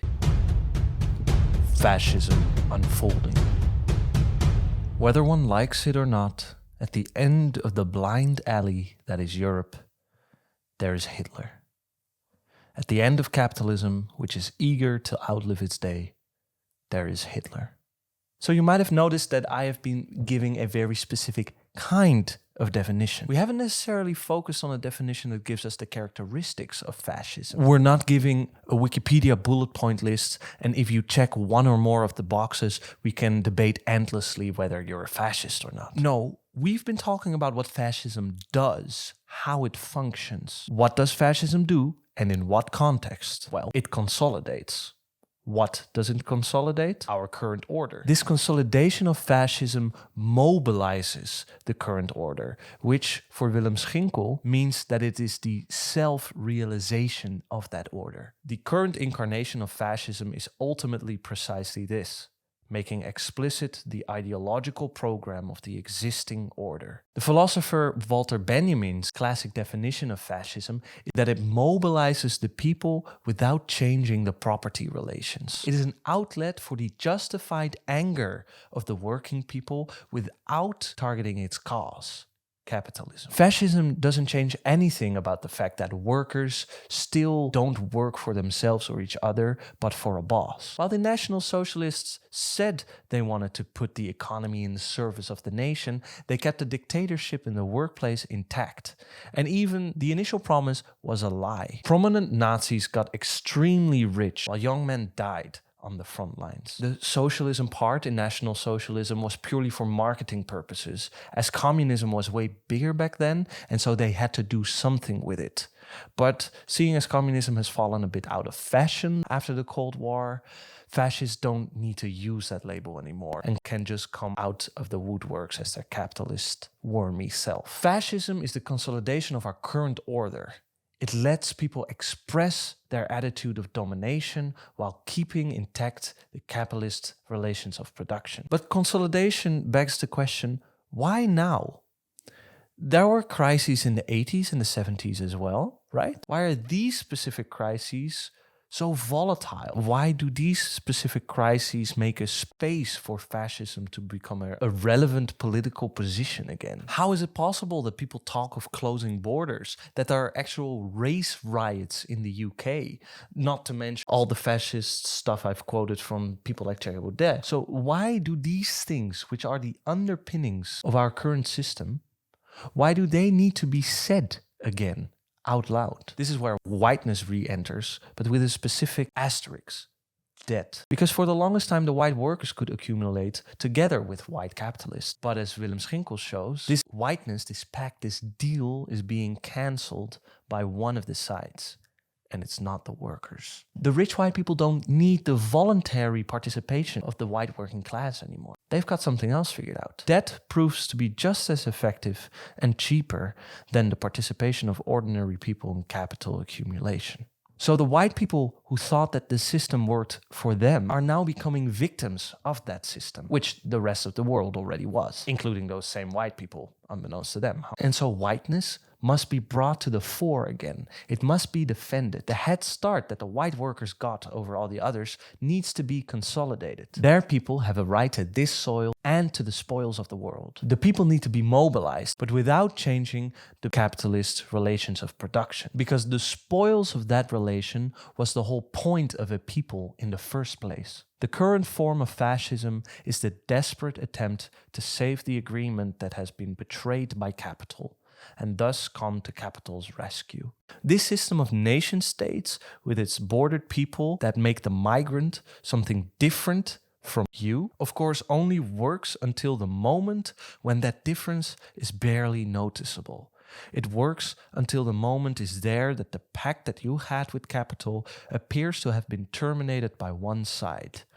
And it works until it appears that those others set their demands. It is also when those others erupt in the center of our society as people with agency, as actual people, that consolidation is necessary. We can't have that, of course. And thus, consolidation is everywhere. Farmer protests, the proliferation of radical right-wing parties, the shifting of the general Overton window to the right, the manufactured outrage against trans people, calls for closing the border, the glorifying of racism in parliament, state violence and fascist mob violence facilitated by the state against climate activists, anti-racist activists, Palestinian activists. Consolidation is everywhere. This makes it very important to note that fascism is the unfolding of liberal democracy. And the fact that fascism mobilizes the masses, lets the masses express their attitude of domination as a nation, this makes everyone susceptible to fascism. Dutch rapper Sef says, "Ideal circumstances turn a normal man into a Nazi." It is not some far-off thing from the past, it is something that regular people do, here and now. But what does it mean when Schinkel says that fascism is the unfolding of our current order? Well, to understand this unfolding, we should note that unfolding is a process and not an endpoint. This is important. We'll never get to a point where we'll have some stable fascism in the sense that the political society doesn't change anymore. Nazi Germany looked very different in the 30s than it did in the 40s. Not in its principles necessarily, but in its actions, in the way these principles unfolded themselves in the world. How is fascism the unfolding of the current order? We've seen that it is a consolidation when the current order is under threat. But we should note that this threat doesn't need to be real. It can be imagined. Refugees taking up homes, they are not. Trans people coming for your kids, we are not. Marxists having infiltrated all the institutions, we have not. The threat that fascists react to doesn't need to be an actual threat. Their reaction doesn't need something that is actually reacting to. Using these imagined crises, the order can shift further and further to the right. It doesn't need any outside factors. It is the order itself that manufactures actual crises and manufactures manufactured crises, by which it then moves further and further to the right. Social Democrats and the Greens often join in on this movement as well, but they do it because they fear to lose voters when they don't move with everyone to the right, but also because they say they fear a reaction from the right if they go further left, meaning that they will just become the right eventually that they fear. The fear of fascism makes it possible to mobilize the fear of a politically correct left. But because that left hasn't existed and doesn't exist yet, it is the fear of fascism that is an integral part of the order. Fascism is the mobilizing power of the order, that which drives the order towards the right, towards the normalization of even more violence. This is how we can say that fascism is the unfolding of liberal democracy. It makes the presuppositions of liberal democracy explicit using nothing other than liberal democracy itself. We could say that fascism is the truth of liberal democracy. Now, this is a bit of a Hegelian notion, so bear with me, but think of the truth of history. What is the truth of history? Is it one particular snapshot, or is the truth of history the unfolding of history, the movement of history, the way history flows? The same could be said if we take this notion of truth for fascism, that fascism as the unfolding of liberal democracy is the truth of liberal democracy. Fascism is the way liberal democracy develops itself. Schinkel says, to think that there's a bourgeois society and independently of that then these things arise is to miss the point, I think, in terms of your analysis. Because you have to recognize that these phenomena occur under current liberal conditions. And if we see that, then we see that fascism is part of the dynamics of liberal democracy itself. And if we go back to those analyses by Jan Romein and Anton Pannekoek, what do they say about those fascist paramilitaries? What did those mobs consist of? Army officers who had lost their jobs and the petty bourgeoisie, middle-class people, people with stores, etc. They were not the wild fascist hordes, they were precisely those civilians. It was bourgeois society itself that articulated itself through fascism. These fascist paramilitaries that Schinkel is talking about are groups of people patrolling the streets, fighting Jews and communists in order to protect their neighborhoods and stores, which, by the way, is something that is happening in the Netherlands as we speak. And the media is calling these paramilitary forces patrols of concerned citizens. This is what I've been trying to show with film Boromir, that it is regular and complex people that do these sorts of things in order to protect things that we've all been taught by our state that they are worth protecting. Fascism isn't some ultimate evil in a cartoonish sense, and seeing it as such is precisely what enables its rise under our very noses. And it is our current system of liberal democracies that makes all of this possible.